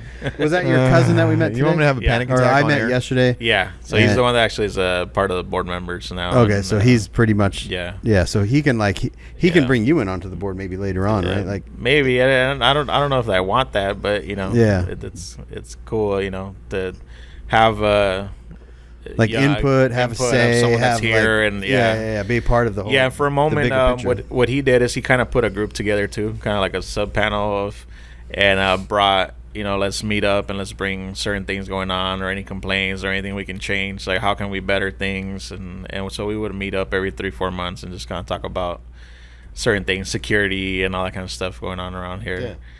So it So works. out he's a cool. pilot. Yeah, And he yeah, he's a paints pilot. planes. And so they him and his brother came in here when they were 15, 16. They were little gang members here in Rubidoux. West Side Riva. Yeah, West Side Riva. Yep. Oh, that's the game. That's Oh, yeah. Riverside. So they were constantly getting in trouble, and through I wonder if he's one of the ones that stole my stereo out of my car one time. I don't know if they were stealing stereos or anything, but yeah. One of those little WSR kids did. But yeah, through that is how they ended up here. So, like I mentioned, they had a program here. There's actually a teacher, I guess, at one of these continuation schools that looked for like placement, like job placement for these kids. Was it here like And- Nueva Vista? I'm not sure on the school. That's right. But my cousin's kind of told me his story on it, and that teacher came, I guess, to here to the airport to John Goldenbaum. He's actually one of the guys that has ran it for the last I don't know how many years. He was the president of. He just recently stepped down, but she came to him and told him, hey, I have a group of kids. I'm trying to teach them to, get out there and work, basically. Like, give them some job experience. Do you have opportunity? Yeah. Do you have something that you could take some of them, And he was surprisingly, he was like, yeah, bring me the worst ones you got. Yeah. And so my cousin happened to be part of that group. And so they came in for a job interview, and they had their ties and everything, and then did the interview. And so they didn't know they were getting the job. The job was already like they were getting it, but they wanted to run them through that process of. And so they showed up to work, and right away they put them to learn. Like he said the first day they just had them like learning everything about aerodynamics and like how the airplanes work, and so they found that fascinating to what they learned. So they just kept coming for that, and they would get paid. That's and cool. So right away they put them to work. They got a wing. They made them start doing all the stitching and fabric work, all that kind of stuff. So they came here during that time, and they got to bring their little friends, and whatever to work, and they would get paid for it. Yeah. And this is again when they were like 15, 16. So I was around that same age.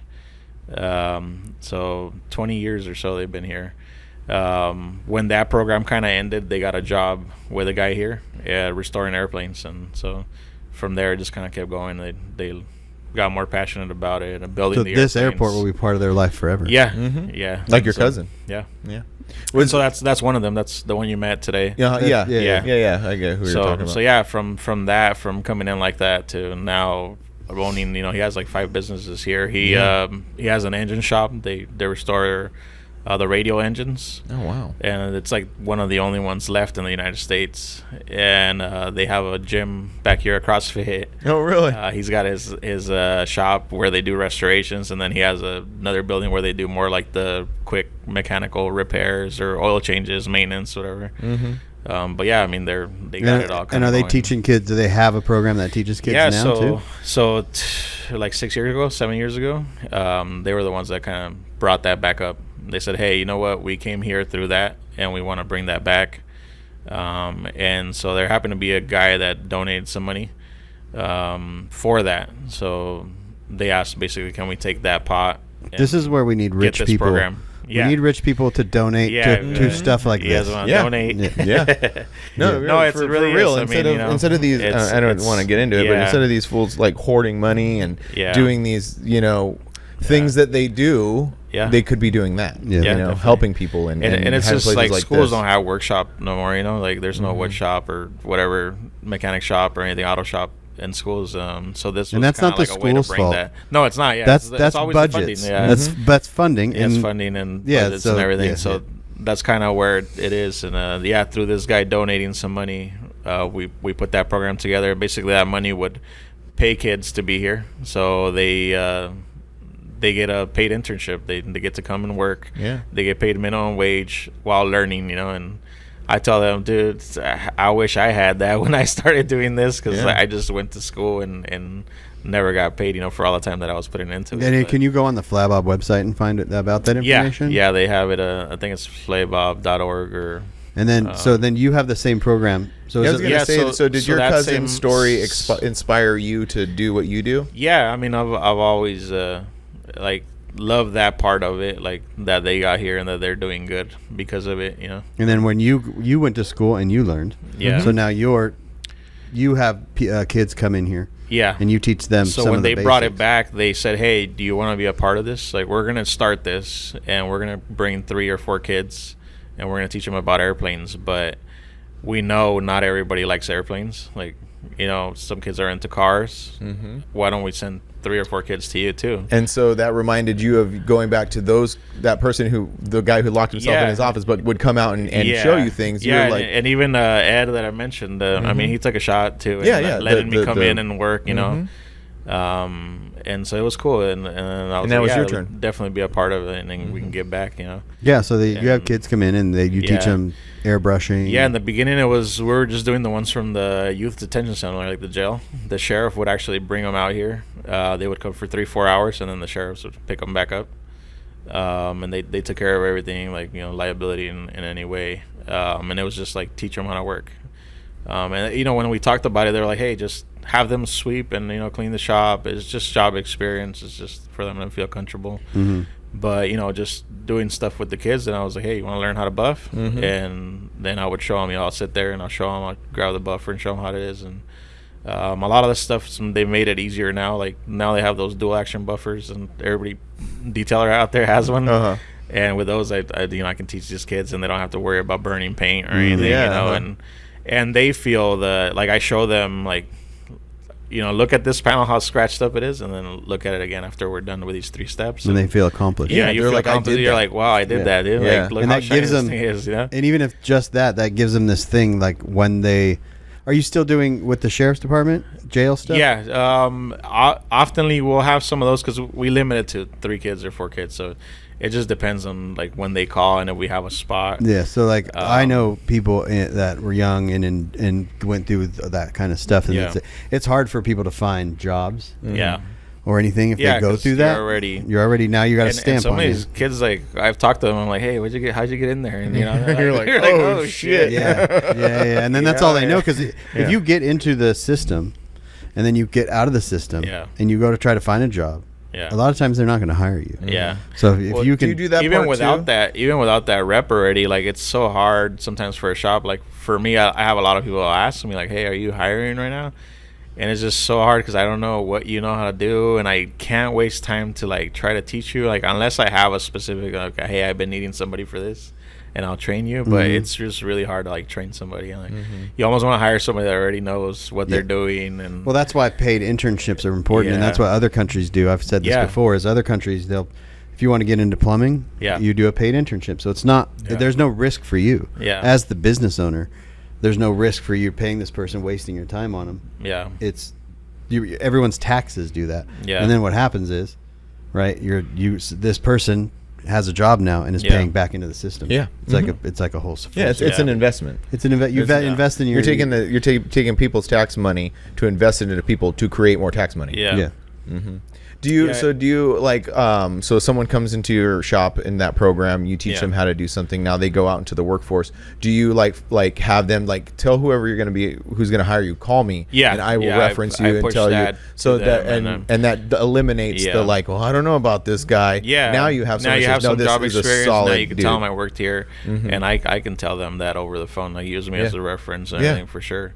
And the time we're able to get them, like, they were getting paid, it's been pushed like 300 hours of work, you know, paid work.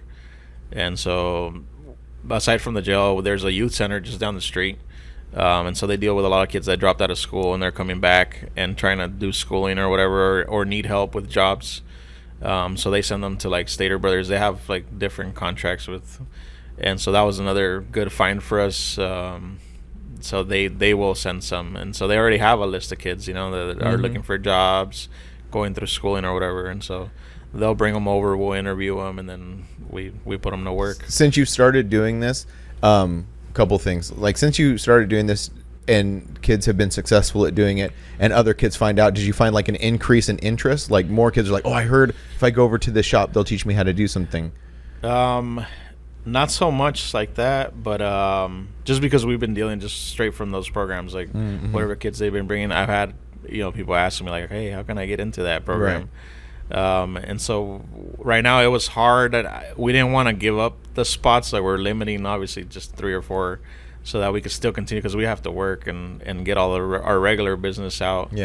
And we focused on like the troubled youth, because, you know, I feel like that's where they needed it. Like if you have the money and you have the support to go to school, like just go to the RCC or something and you know, get it. And, you know, if you want to learn, we'll help you, or we'll teach you in that way, you know. So now that's what we expanded into the classes. So I always felt guilty like turning away people or telling them like, wait till we have a spot. So I thought, hey, what if I start doing like weekend things? Like maybe I could do an airbrush class on the weekends. And if you really wanted to learn, like, even if you're going to certain places, like you're already going to school in RCC but want to learn something else, you can come in here for a weekend class. So that's a separate program. Yeah, that's going to be separate. That's something I'm doing now. But we're gonna do. I'm not sure what we're gonna. The skateboards I've been doing with the kids from the program too. Those are the ones we have there. Yeah, those. So those were through the. So those were the kids that I've had right now in the program. Oh, cool. I had the idea. I was like, what if I have them, like the ones that kind of stuck around the most. Airbrush a skateboard so they can feel good about. They can do graphics and they can do all this other stuff, Yeah. Because I feel like you always have that doubt in yourself, like I can't do that, and so just doing it, you realize like it's not that hard. The same thing that you had when you started, going way back to the beginning of the conversation when you were getting those Cal Concepts books, and saying like, I don't know how to do this, but this will teach me how to do it. Yeah, this will teach me, and you can guide somebody else like step by step, and put this tape down and spray from here to here, and so I would do a skate deck with them and then let them, and skate decks, it's just been so much in the culture of for sure, and so I feel like that's something cool you can hang up on the wall, and so I felt it's something for them to take home, and then they can look at it and say, you know what, I'm proud of what I did, or just kind of remind them that they went through this program and learned. And I tell them like, this doesn't have to be your career. Like, even if you learn how to buff your own car, it'll save you some money down the road or something. How to take care of your own paint. At least you have a skill. Yeah, definitely. And if you're interested in it, you pursue it. And if not, like, at least you know how to do that. And I figured even just to give them the confidence of like work and the confidence working of with others, and the confidence of going from zero knowledge to knowledge, because like just asking questions is hard sometimes. Like, I don't know anything about that, but I'm scared to ask. It's like and some of them, they come in here and they're just like, and just getting them to talk, and you notice like after the 3 months they're here or something, like they talking, just open up, and that's really cool. I don't know if it's like the new generations and stuff, like they're kind of isolated or something. Well, they call it the Gen Z stare. That thing. They just, but I'm saying like they kind of like lock themselves up. I don't think they go out and. I don't think they get out and like socialize or something. Wait your turn. Someone. Do you know that person? Yeah. Oh, okay. Austin, fellow Flabobian. He's like, Flabobian. Oh, they have their own term. Flabobians. Flabobian. That's cool. The other question I had about the programs and stuff like that. So when you started doing that and you remodeled your entire shop, you took that into account when you like built your buff now room. That we're doing all that, that's what I wanted to kind of build it in a kind of like a classroom environment where it would work still for us as we use it for the shop, but also for the classes and for the kids. And but I mean, when I started, I thought, well, I get to train somebody, and if they do good, I can hire them, and now I got to train them, the way I wanted them. And you have two people working here right now, right? That can. Yeah, and then they just kind of help me part-time. Was it the young guy who's sitting next to me at breakfast? Is he part of that? Oh, okay. He actually works for the airport now, but he helps me like just. But he started that way. Stuff. Oh, but he started here through that program. Yeah, that's awesome. And then the other kid that was next to Brian at lunch. Oh, they're the same. Oh, okay. Yeah, he came through the program too, and that's awesome, man. That's so cool. He's one of the ones that done the best. It's such an enriching thing. Yeah, it is.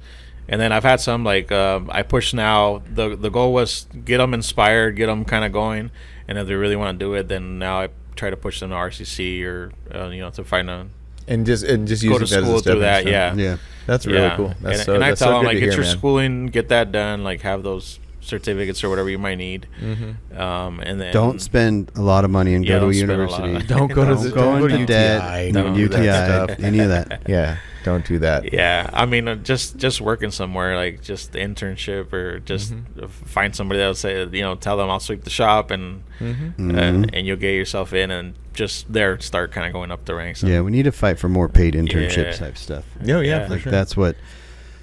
If there's any local politicians listening, no local politicians are listening. But there were local politicians here when I came for the Christmas thing you did. Yeah. Oh. There were some. They had tents out there. Oh, really? Oh, we get some of the council members here, and they're involved in a lot of stuff we do now. And so these classes, Flaybob applied for a grant. They got like $5,000 that we were able to put towards that, so we were able to get some stands and that's cool, like workbenches and stuff like that to kind of make the class kind of work. Not to dwell on the whole like rich people thing, but imagine, because funny side story, this will be in the video, but there was a statue of Elon Musk here and someone stole it. But imagine Elon Musk out of his many billions of dollars, says, I'm going to give $1 billion to this place. Imagine what this place could be with $1 billion. Well, you'd have to have, there's levels to it, right? So if you give someone that kind of money needs to make sure that it's going to go to the right. Oh, right. The right things, that's right? true, You know what I mean? too. So their oversight's very important. Yeah. You know, on many levels. And a lot of that money though, when they donate them, they go through it, like they have They to audit it and document. stuff, Yeah, yeah. they audit the heck out of it. You know, a lot of people say, "Where do my taxes go?" Where Yeah. this? You can find out where your taxes. Oh, yeah, they'll Yeah. tell Like, you. if you can do your own research and go down. No one will. They'll Yeah. just say, "I don't know," and complain about it. But go on the city website, go on the county website, and it'll tell you this money, you know, from the state, county, city. Yeah. It'll tell you where it's going, Yeah. and you could see some of it went here, and then Yeah. you could literally Yeah. see where happened to that money. Yeah. Yeah, we luckily at some point, like around the COVID years, we had somebody visit, and they loved the airport. They loved everything that was going on here, and we didn't even know who this person was, and just kind of like a friend of a friend thing. And he's the one that was like, you know what, I want to donate some money here. And so he started fixing one building and making kind of like a museum out of that. The ones that we were just in? The Hangar 20 that we couldn't get Oh, the into. 20. I'm very curious. You guys keep on. Hangar Yeah, the 20, infamous Hangar 20. What's in there? That's where the statue of Elon is. It's in the center with lights on it. That's where You have to go in Yeah. and bow down to it. So yeah, he started just like with small stuff, you know, kind of just put in the money, and then he just kind of went more and more into it. And then he loved everything that we had going on, like this program and everything. So that's who's kind of made all the donations and made it all possible. And no one knows who this person is, kind of? No, yeah, he's around all the time. Oh, okay. Yeah, But just kinda he chooses doesn't to be in like the us cut kinda sharing thing. too much. He's so like mellow, down to earth guy. Like you would never guess, like, you know, that he has money or anything. Like he's showing up here in like in a little Hyundai fucking, Hey, you know, dude. and like Some of the the Doesn't wealthiest care. people, like Yeah. this is a really quick story, but I was driving somewhere, I was down in San Bernardino, and I see this 4Runner, because I'm always looking at 4Runners or Tacoma. Yeah. I see this 4Runner, so super clean, and he pulls around the corner and it's just regular dude, but you could tell just everything, because the truck was very well taken care of, very well maintained, brand new tires, like everything was Yeah. really nice. I'm like, that fool has a lot of money, you know. It's just like, but Yeah, the just like that true guy. wealth Yeah. is like that, you Yeah. know. yeah, that's It's like all those people that donate to like the San Diego Zoo and like those types Yeah. of like Philanthropists. Yes. Yeah. Yep. Yeah, and then speaking with him, like he donated in different places. He's into rocketry. That's why we have a rocket program. Oh, okay. So he had already mentioned like he's donated to some places. Like doesn't really ask too much questions or whatever. Just like here's the money, and he shared like, you know, I gave them that money and they never did anything with it, or they did other stuff with it. You know. So I think that was one big thing for him, that like whatever money he saw it go to work like Yeah. right away. He Yeah. saw the change happen and That's cool. improvements, and so I think that's why he liked this place. Is this like a hidden gem? Oh, Yeah. definitely. Yeah. You know, like I said, I've been coming here since you've gotten here. Yeah. And yeah, I never noticed that either, because usually I'm Yeah. flying in here dropping off shirts, or, you know, you're doing like painting something, or like Yeah. something's happening and I'm in and out. So, but today's the first day I actually really got to slow down, check stuff out, and it is so super cool. Yeah, it's cool. And it became like our little home, like we mentioned. And Phlebobians. so now we have this, like, we have events, you know, and we all hang out after the events. That's and, like, awesome. you know, everybody hangs out in this guy's porch over here, Yeah. or Or in this- in in here. this Yeah.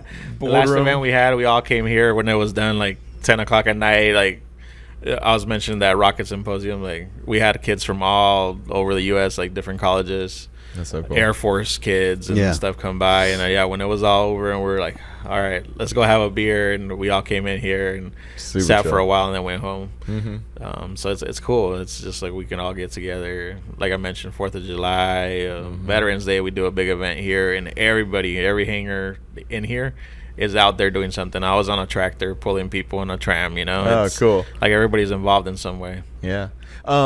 Again, enlighten me. Bob is two names. Who Yeah. are they? It was Flavio Madraga, and I think it's Bob Bowen or something like So that. So these Bob. two guys bought the airport. This was way back, I don't know, 1940s or Oh, okay. something. And they had it, so they decided to use their Half and half. half and half of each other's name and make. Wonder it how they Flay decided to Bob. go. Yeah, who because went Bob first. really made out. Bob Fla. Bob made out. His whole name. His got whole in name. there. There's It no wasn't name made happening. in there. Yeah, this is smart. And got I always had the same. I'm 75%. like, is it Flabob? Is it what is it? You know. So as Yeah. far as I know, I think it's Flay Bob. Flay Bob. Flay I kept Bob. on calling it Flo Bob. Yeah, and I called it. I always call. My whole life I've called it Flabob. Fla Bob. I guess it could be either way. Could be anything. Yeah. But luckily it wasn't Bob Fla. Like they're all like, whose name goes first? Bob Fla. Bob Fla. Fla. Bob Flew. But Bob af- Flew. And they changed that name, I guess, because this was the Riverside Airport.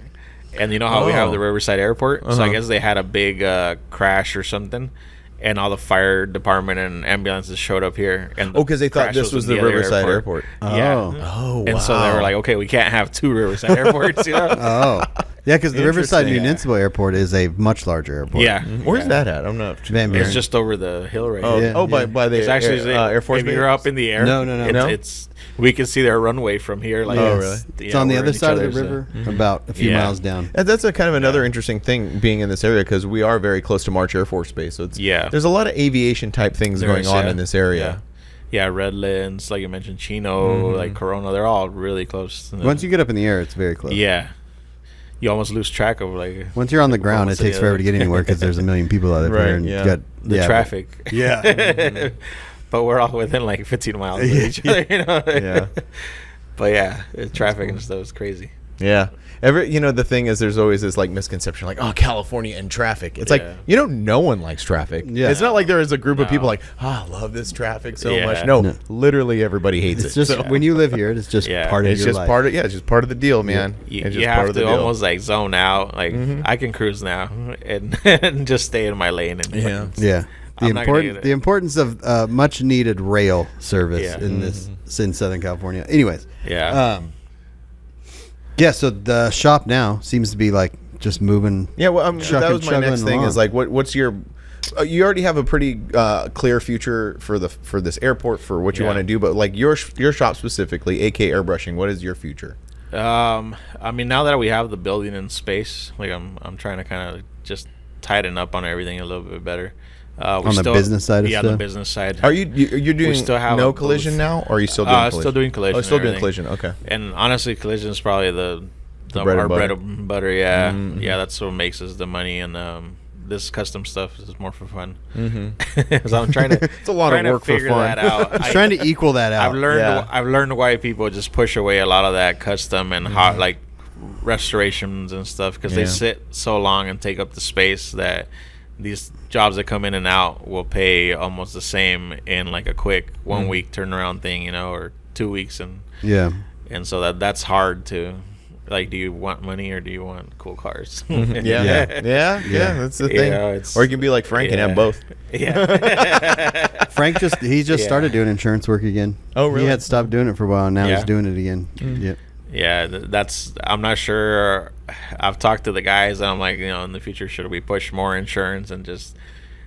I'm thinking if I might push it down to or just 1 or 2 custom jobs or something, like pinpoint what I Pick want and to do, choose like what pick you and choose wanna what we do. want to do and have fun with it. Because I feel like I don't get the same feeling working on the average. Yeah, well, bumper yeah, I fender know. Oh, yeah, repair for that sure. I do, It's like working on one of monotonous these mini work. trucks or something. Yeah. Yeah. Like it's fun, but at the same time, sometimes the money's not there completely. But that isn't that. It's a little bit like we've talked about this before. Yeah. It's like you're too nice sometimes. Yeah. So you got to kind of like. I mean, Yeah. After me, obviously. After me. No, but it's After just, mine, Yeah, jack all the everybody- prices up. Everybody Sorry, tells everybody me, else. all close friends will be like, "Hey, I'm grandfather, dude." Okay. But it does allow you to do the stuff that you want to do. yeah. And but then there's also that if you get a big old restoration job that like Yeah. that person is okay with spending a whole bunch of money. Yeah. You're like, cool, I like that. It's Yeah. not the guys that come in with like a truck that needs $50,000 worth of Yeah. work and they only have 10 And grand. I think that's what I mean too on like getting pickier. It's gonna be like You're pickier on the customer it has and to the be, truck. It has to be this way. Like Yeah. if I'm making this much from insurance company, if I'm getting $80 an hour, on every hour that we do, then it should be the same across the board. Oh, yeah. On everything, you know, For and sure. even more on some of the like real crazy custom stuff. And that's not always the case, and I'll you know, try to make things work sometimes on people's budgets and stuff. So but yeah, we have a spray booth coming. I think that's right now our biggest, like, what's holding us back. That's the bottleneck. Yeah, we share the booth with my cousin, so there's days that they have the booth for like 3 days straight. They're painting an airplane, and their paint dries a lot slower, and they got a wing hanging on there that, you know, they can't just take out and put somewhere. So I have to limit jobs to like that, you know, to keep our schedules.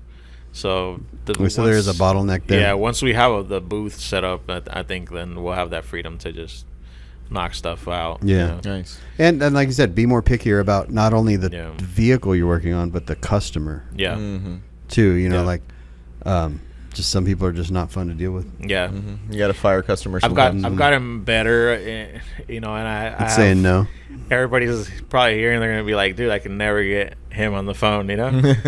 And then I try to stay working because you guys have been around me. My phone just goes off like all day, and I used to stop and like try to talk to everybody, and like, but then I realized like some days I was spending the day just giving quotes almost, like, because everybody's like, hey, let me know how much, find the parts for me, all this stuff, you know. And so I would sit there and like, okay, I'm looking for these parts, putting all this stuff down, like trying to figure out everything. That's time. Yeah, that's next money. thing I know, I got like 4 hours into this, and then they're like, okay, that's more than I thought. Oh my okay, God. you know, You or start whatever, you charging know, like a Yeah. consultation fee or yeah, something. yeah, and then and that's the hard research part. fee. Like, how do I, you know, No, charge you for say, that? Or hey man, something, it's you know? it's this X amount of dollars for research fees, Yeah. So and once we figure that's it the out, you hard can let thing. me know. Now it's like, do I just say, hey, you know what, it's 20,000 or more, you know, and then just see who's really serious. Oh yeah, yeah. Oh, yeah. And what I've learned is when people are serious, most of the time they just come, you know. Like if you show up at my door, then it shows me you're more serious, and the guy's just like, hey, how much is being a bumper? Yeah. You know, Yep, like, yep. and then we're so busy with like constant, like the customers we've already done work for, or people they referred, like where I'm not like advertising so much, or, you know, chasing it almost as much anymore. So if it's like, hey, I'm Frank, I'm a friend of Brian's, you know, he referred me, usually I'll hear that voicemail. I'm okay, well, let me call this guy back. Yeah. Sometimes I'll even be like, hey, Brian, is this guy cool? You know? Everybody does that. Don't worry. Yeah. And it's just because we're so busy that, you know, I don't want to deal with that. I don't want to deal with like a customer that's a headache in any way, or and then If the customer is serious, and if you're serious about getting work done, you Yeah. will just show up and or make an appointment. yeah, You'll yeah, say, "Hey, definitely. I want to sit And down with you definitely and talk leave about me this." voicemail and even text messages and stuff. Like sometimes I even see the messages. I'm in the middle of painting. Like I look at my phone and I'm like, okay, like I'm so and so. I want my fender fixed, and I'm like, oh, okay, I'll call him back. Even me, put it in my if I have to pocket. talk to Alan, I specifically say, "Call me back when you get a second." Yeah, because I'll finish painting, and sometimes I finish and I'm like in a rush, like it's already 6 o'clock. I'm supposed to fucking leave and Yeah, whatever, yeah. you know. And then I just leave, and when I get home, I try to stay away from my phone, and then it's like, okay, now I forgot. And also, then, the like, 2 best days time later- to message Alan on Instagram is like midnight. Oh really? Yeah, That's Yeah, when 'cause he's on his phone doing his scrolling. Sometimes scrolling. I'm scrolling on the night, Yeah. That's when we're I sharing- do notice that he says in the middle of the night. and sometimes I'm like, should I message this person? But it's too late, you know. Like, so I'm like, I'll call him in the morning or something. But yeah, definitely leave me a message and all that. And yeah. Yeah, And the more information, the better too, and not just how much to paint a car. Yeah. yeah. Well, I That's think if you're that's a talking really about big question. if you're talking about that Yeah. big of an investment, I think the question should be, at least if you're local, Yeah. is, "Hey, can I come down and talk to you for a minute?" Yeah, definitely like in person. I need to see the car really. Yeah. Like it's not every car's gonna be the same. Yeah. I could definitely give like ballpark type guesses, but it's like I don't know. The other thing is like how much for a paint job? Like what kind of paint job are we talking? Like Yeah, National it's- Roaster Show paint yeah, job? Or it's are we too- talking like you're talking about a wide. yeah, where are we net. going? You know, we're just Yeah. going to a cruise night, and you want it to look good enough, or are we going like, you know? Yeah. Yeah. You're trying to be that best of show at Forbidden. Like it's gonna be a different paint job, like And also, it's really cool. It's different just like, budgets and all that stuff. You know. yeah, you're very honest about like Yeah. how things are gonna be, because like Yeah, I try to break anecdotally- it down. I try to tell customers like I can do a just straight spray. I mean, it's gonna be full of trash and orange peel, but it will look great down the road. You know, You know, everything's different. Stuff and Yeah, yeah. yeah. And- Well, what I was gonna say is like when I was looking for my Tacoma, and I was like looking at different versions. Like, okay, you have $10,000 Tacomas and you have $6,000 Tacomas. And I thought, well, maybe if I bought a $6,000 Tacoma and we put a paint, and then I talked to you and you put everything in perspective. I'm like, oh, okay, you helped me make that decision. Yeah. So like, okay, I'm gonna go a little more money right now on a nicer paint job, then maybe paint it later on. So it's cool to have that kind of communication with somebody rather than you go like, oh, I don't know, man. It could be like, you know what I mean? Yeah. It just helps when everybody has it's hard open to communication. say like, hey, there's a range from 3,000 to 30,000 or 40,000. You know, like where do you want to be on that? What do you want to do? You know? Like what type of Yeah. What type of vehicle are you building? And and That's a good question. And it's really like hours. Like, you know, some guys want the inside of the fender to look just as good as the outside of the fender. Like, you know, that's a gonna big add a lot of hours. Yeah. Oh yeah. Yeah, or the inside of the bed is a big thing. Oh, And yeah, I see that huge. with Frank at Eye Candy and Jeremy Trey 5 because they're beds, like, man. what are you gonna do with the inside of the bed? You gonna rhino? Are you gonna bed line it? Yeah. Or do you want to paint it? It's huge. That's a $10,000 difference. That's a $10,000 in question. metalwork and paint and bodywork. Everybody that hits me with a budget, I'm like, we could bedline it and it'll look cool. Jeremy Leave at it. Trey 5 was like, I want to do more cars. Yeah. Because if you think about this, you're only bed. doing the car. Yeah. A bed, you're doing the cabin. It's like two different things. Yeah. You know, where the car. three different things. and Technically, because you have probably- the cab, the outside of And the bed, having and like, the inside of the if bed. you're painting the inside of the bed and everything, you probably have more in paint there than you do like on a Civic or something. You know, like it's a lot of work. The metal work to do. I mean, you did that orange truck that I think is a secret right now. Yeah. But it'll debut in the future. Yeah. I don't even know which ones you're talking about. Yeah, so we'll you'll talk see about it. that later. Does it? But that truck, the amount of work Yeah. That went into that metal work. It's a very similar truck to mine. It's a mini okay. truck, but so if you look at my truck, I'm like here, and you're like, what are you doing to the bed? I'm like, just put Bondo in the cracks like this, smear it with your finger, and then spray it with bed liner. couple tacks of bed. Yeah. So like And my see bed, that brings it down to like, okay, I could do this probably like 8 hours and you know, I'm done and you know, yeah, get the your verse. $1,000 you're in and out. And, Yeah. You know what it call goes it a back day. to? Yeah, but if you're painting the inside of a bed, it is. Yeah, if you said, hey, that needs to look just as well. Yeah, as the like so if I outside, brought my truck to you I and I was like, block hey, it and primer it 10 times. yeah, can you? I need if I brought my that bed to you and I said, hey, I want to paint that white. Yeah, You're like, yo, that's like a lot of work. A lot. That's 48 plus hours of body work. Even like people don't get like all the bead rolling. Like it's not perfect. No, you have to bodywork do the shit it. out of Oh, it. yeah, you gotta get in there and man, dude, yeah. like to make all those lines just look because they'll look straight and wonky if good they're and, out, if be they're wonky. hammered out. Right? Yeah. Yeah. Well, Yeah, and it's a that lot. goes back to what we always talk about is planning. Yeah. So in the beginning of your build, you have to ask yourself those questions. Way in the future, Where are you am going I with going to this? bodywork Yeah. the bed? You're Am a I good. gonna- You're a good example. Your bed of your Tacoma It's way different than your bed. is you're going to cut it and lift it straight up, and the only body work that you're ever going to have to do is going to be where it's going to be stitched or the tubs. Yeah. You know what I mean? And you could literally just It's going to be rhino line for sure. yeah. But that's what I'm saying, right? Yeah. So like I was my hand was a little forced with mine. Yeah. Mm-hmm.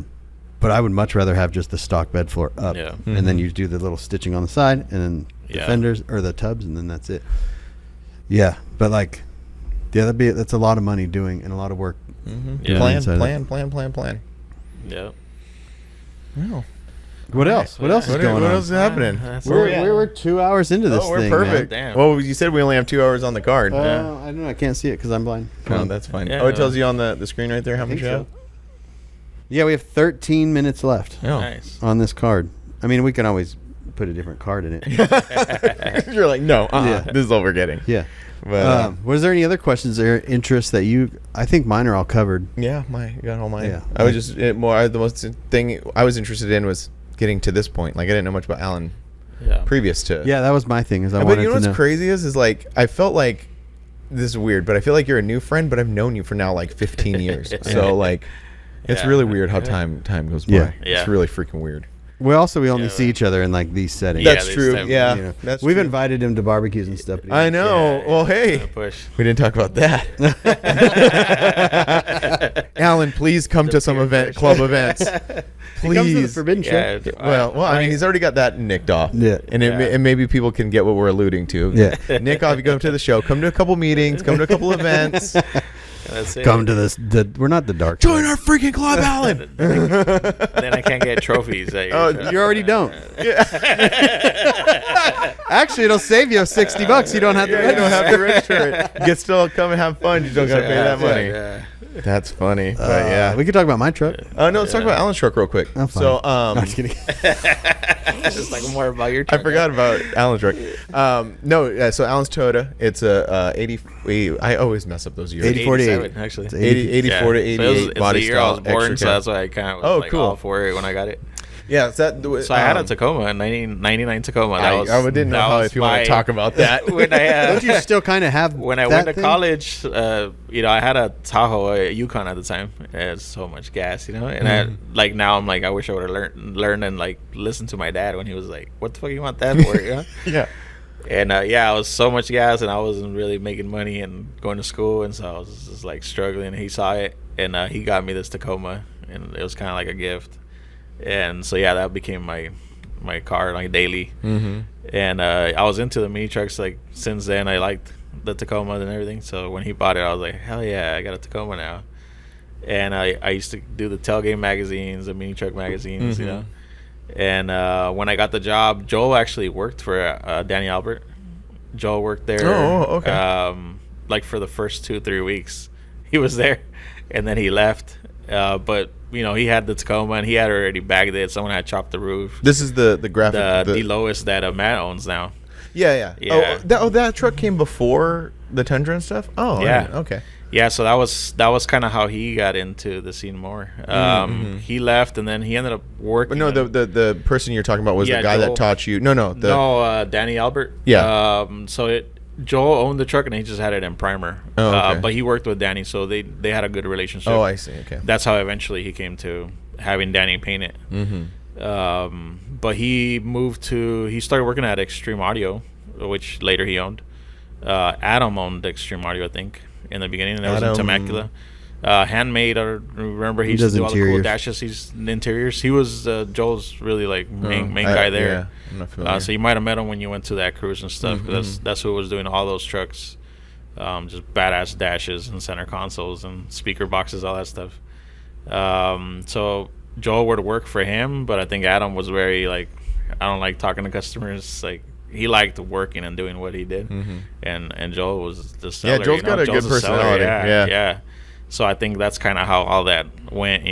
Joel started taking care of the front office stuff, and Adam just getting the stuff done. Yeah. But that's when that came in, I think they were working on Chris's truck, the one with the shell under the cream with the hip hop truck. The hip-hop Oh truck. yeah. The target top. Yeah, I remember that being at Extreme Audio, and Danny airbrushed the big skull while it was in primer. I don't know if you ever saw it on the That Tailgate Mag. I sounds think kinda Tailgate familiar, Magazine had it there. I don't remember from the cover, but I was around all that, and so it was cool. So you got to experience the mini truck part, and then I never had the money to actually do So anything. your Tacoma never got. No, I painted it. I bodyworked and painted it. I did like this cool Knox gold. They call it like a green color with a gold flake to it. But I always wanted to bag it or lower it or something. I just never had the money. And I have a close friend who was like, "Hey, let's bag it. We'll take it to Forbidden." And that's when things That went was off like the Forbidden rails. 2014 or something, or 15. And chopped the whole front clip off, and, And that was the end of started that? building the frame, and the frame's built. It's here in the shop. Oh, yeah. 'Cause Yeah. I remember we're looking gonna at the redo the container back for a long probably, time. and then so the truck's still in a container. Oh really? Yeah, and I have this like love-hate relationship. Yeah. With it, like it was. One time Alan bought a motor the from me and he history. never got it. Yeah. Oh really? Yeah, I gave him That's that. Yeah, he gave me the money. But it never went to never pick it got up. the motor. And I then, was like, "Thanks, he's man." like, "Well, that motor ended up in the trash or something." It's over at Max's. I don't know whatever happened to it. Yeah, It it's might probably still still- be. it's It's probably probably still still over there. So Under some I took weeds. apart the engine and I sent the valve cover to get chromed and the intake and all that. Well, the chrome shop I took it to supposedly burned down, and Oh he said my my gosh. parts burned down with it. It's just so a it was just like cursed one thing after project. another. Yeah, the bag work. I mean, my buddy never really had the time, and eventually got a like full-time job. So it was just like sitting in the back of his house, and so I picked it up in parts, and I was like, I'm gonna store it. And so it's been like a stored car forever. And so this time around, I got that 87, and I was like, I'm not going through that again. Yeah. And roughly I went through it again, but this time I was like, I'm not gonna. Yeah. Moral of the story is, if someone tells you that they can give you a really good deal, don't go for it. Don't go for it. Yeah. Unless you know the guy. Yeah, I was told a really good deal. 2 weeks, and I'll have my truck back. Then was it stock when you got it, or was it already? Yeah, packed? it was stock. Yeah. Everybody was like, "Oh, that's even easier. We can." And I was like, "Hey, I don't want a custom frame or anything. I just want it backed. Notch it. Give me like a 4-link or 3-link, whatever you recommend, and just lay it where it lays, and that's it. Like, lay it frame. That's my goal. Because I wanted something that was reliable. I was like, I want to be able to just turn the key and go, like. No more shaving the doors. The Tacoma was shaved. I used to be at the gas station sometimes, like locked out. I had already the trick. I would take off my antenna and hit the popper, with it. That's but awesome. It was just embarrassing. I even we did a job for the people at Vertical Doors, and I got a vertical door kit for it. So I had the Lambo doors. Oh, you did? That's funny. Yeah, I never used it, but I had them. It was one of those that. I was almost embarrassed to do it, but it was cool that I had. Was it on the tail end? The tail end of all that? Yeah. I was already on the tail end of it. So I had 20-inch rims and just a nice paint job. And I'd still get a lot of people like at gas stations that would be like, "Hey, that's a sick ass Tacoma," or whatever. Nice. So it was cool. It had a good, but no bags. And so this is my first car that I have, like a show car. That's what I was gonna say. So you've never had anything? Myself. No, yeah. I mean, and you've driven you drive the crap out of this thing, right? You drove it to Forbidden. Yeah, I drove it everywhere before, and then now it sits pretty much here at the shop. Yeah. I'll drive it here and there just to go to bank or go get some materials or parts. I wanted something that I could kind of go get parts with, like a shop truck almost. So that's why you lined the bed and did that kind of stuff. And I was like, I don't want to worry about it. And then you guys will probably see my kids are just jumping all over it. Yeah. Not caring for it at all. Yeah. Hey, man, they're having fun, whatever. Yeah, that was my thing. Like, I wanted that they could enjoy it and I could enjoy it, or, I've never really cared. I'm like, I could fix it. If something goes wrong, I can fix it. Does that have 20s or 18s on it? 18s. 18s? Yeah. Yeah, they're basically Ford F-150 spares. Yeah, that's cool. I figured out. I was looking for Crown Victoria wheels and it seemed what would fit, and I found these, and they were only like $100 or $80. I can't remember. Nice. Yeah, they look sick. Painted them, it looks great. And they look cool. And I kind of had a little idea of what do they call, like Detroit Detroit Steels. Yeah, like I was going for something like that, but I didn't have the money to. So I was like, I'm gonna go the cheap way and. No, it's a killer looking truck. Yeah, but I always liked, like I said, that clean old school look, and so that's what I was going for, and I felt like it turned out pretty nice. But that's one of my favorite body styles. Is that one? Do you have any more plans to finish your Tacoma? I know we've kind of talked about it. I do. Ooh. I don't know if the funding, maybe someday. That's why I haven't gotten rid of it. Yeah. I also have a Chevy Love that I got for my wife like years ago. And that's right. Yeah. We've been talking to a fabricator in Arizona that needs a paint job on a Tacoma that might do some. Nice. Oh, wait. Who? Yeah. Not before your truck, though. Oh, you're talking about Trevor? Oh, what the heck?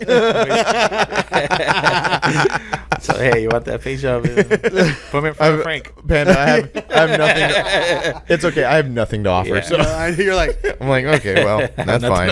You make T-shirts. Oh, yeah, I do. Yeah, you make his T-shirts. That's a lot of T-shirts. That's a lot of T-shirts. A lot of T-shirts. Yeah. Yeah, that's why I haven't gotten all that stuff done. It's like we don't really have the time and money for our own projects. Yeah, I get it. Yeah, it's like I stopped working and it costs. And now you're working on Jose's truck. Yeah, that one's cool. Yeah, Jose's truck has been kind of also slow, but it looks it looks so sick, all like aired up like that. Yeah. It looks sick, dude. Yeah, we'll eventually have that. All the interior is that one painted. Body dropped? No, it's laying frame the same. Oh, I couldn't tell. I mean, it is 12 feet body in the air. drop cars yet. No, yeah, neither can I. Yeah, very expensive. Yeah. Yeah, that's a whole other ball game there. Yeah. And then my truck's here. Yeah. And now, Brian's truck is here. My truck's here. Getting it's ready, crazy because the last few months the shop looks like it's just a mini truck shop. Yeah. Like we have Doug's, we have Jacob's, we have yours. Yeah. Mine. I was telling the other day that we had like 5 Tacomas and Toyotas really lined up there. Yeah. Just charge Jacob for mine. He won't even notice. Yeah, yeah, I'm sure. Just tack a little. Put it on his. Yeah. Put it on his tab. Yeah. I need to hit him up about those window cranks. Yeah. There's so much stuff out there. Anyways, Yeah. So yeah, your truck is here getting painted.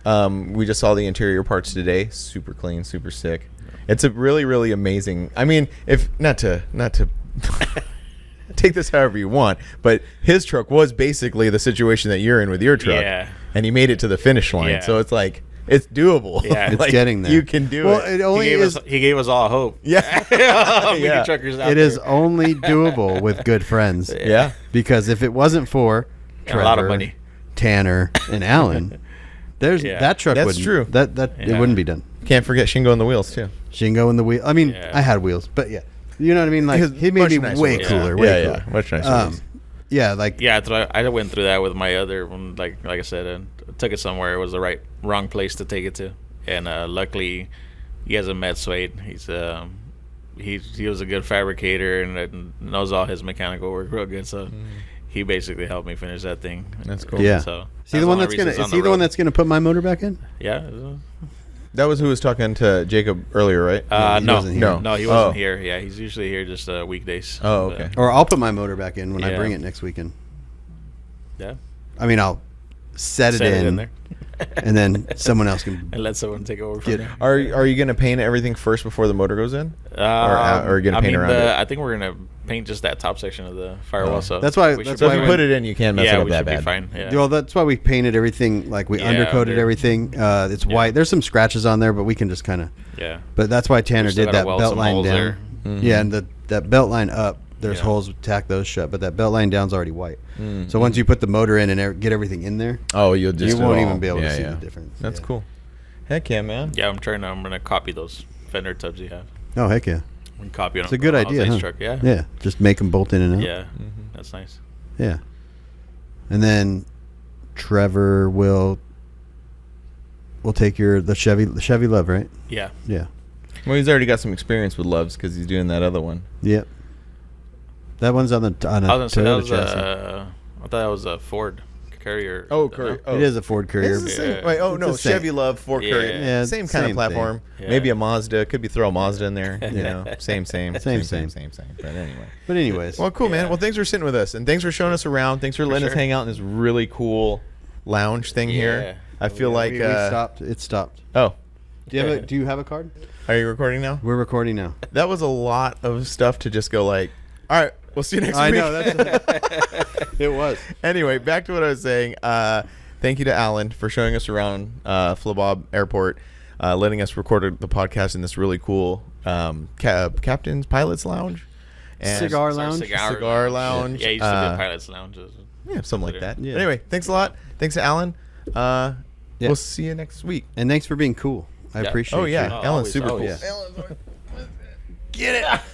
Something like that. All Go to right. Alan's Instagram and he never updates it. Yeah. never AK updated. Airbrushing, AK underscore Airbrushing. It's Alan with I think the slash and then it's AK Hold on. Airbrushing.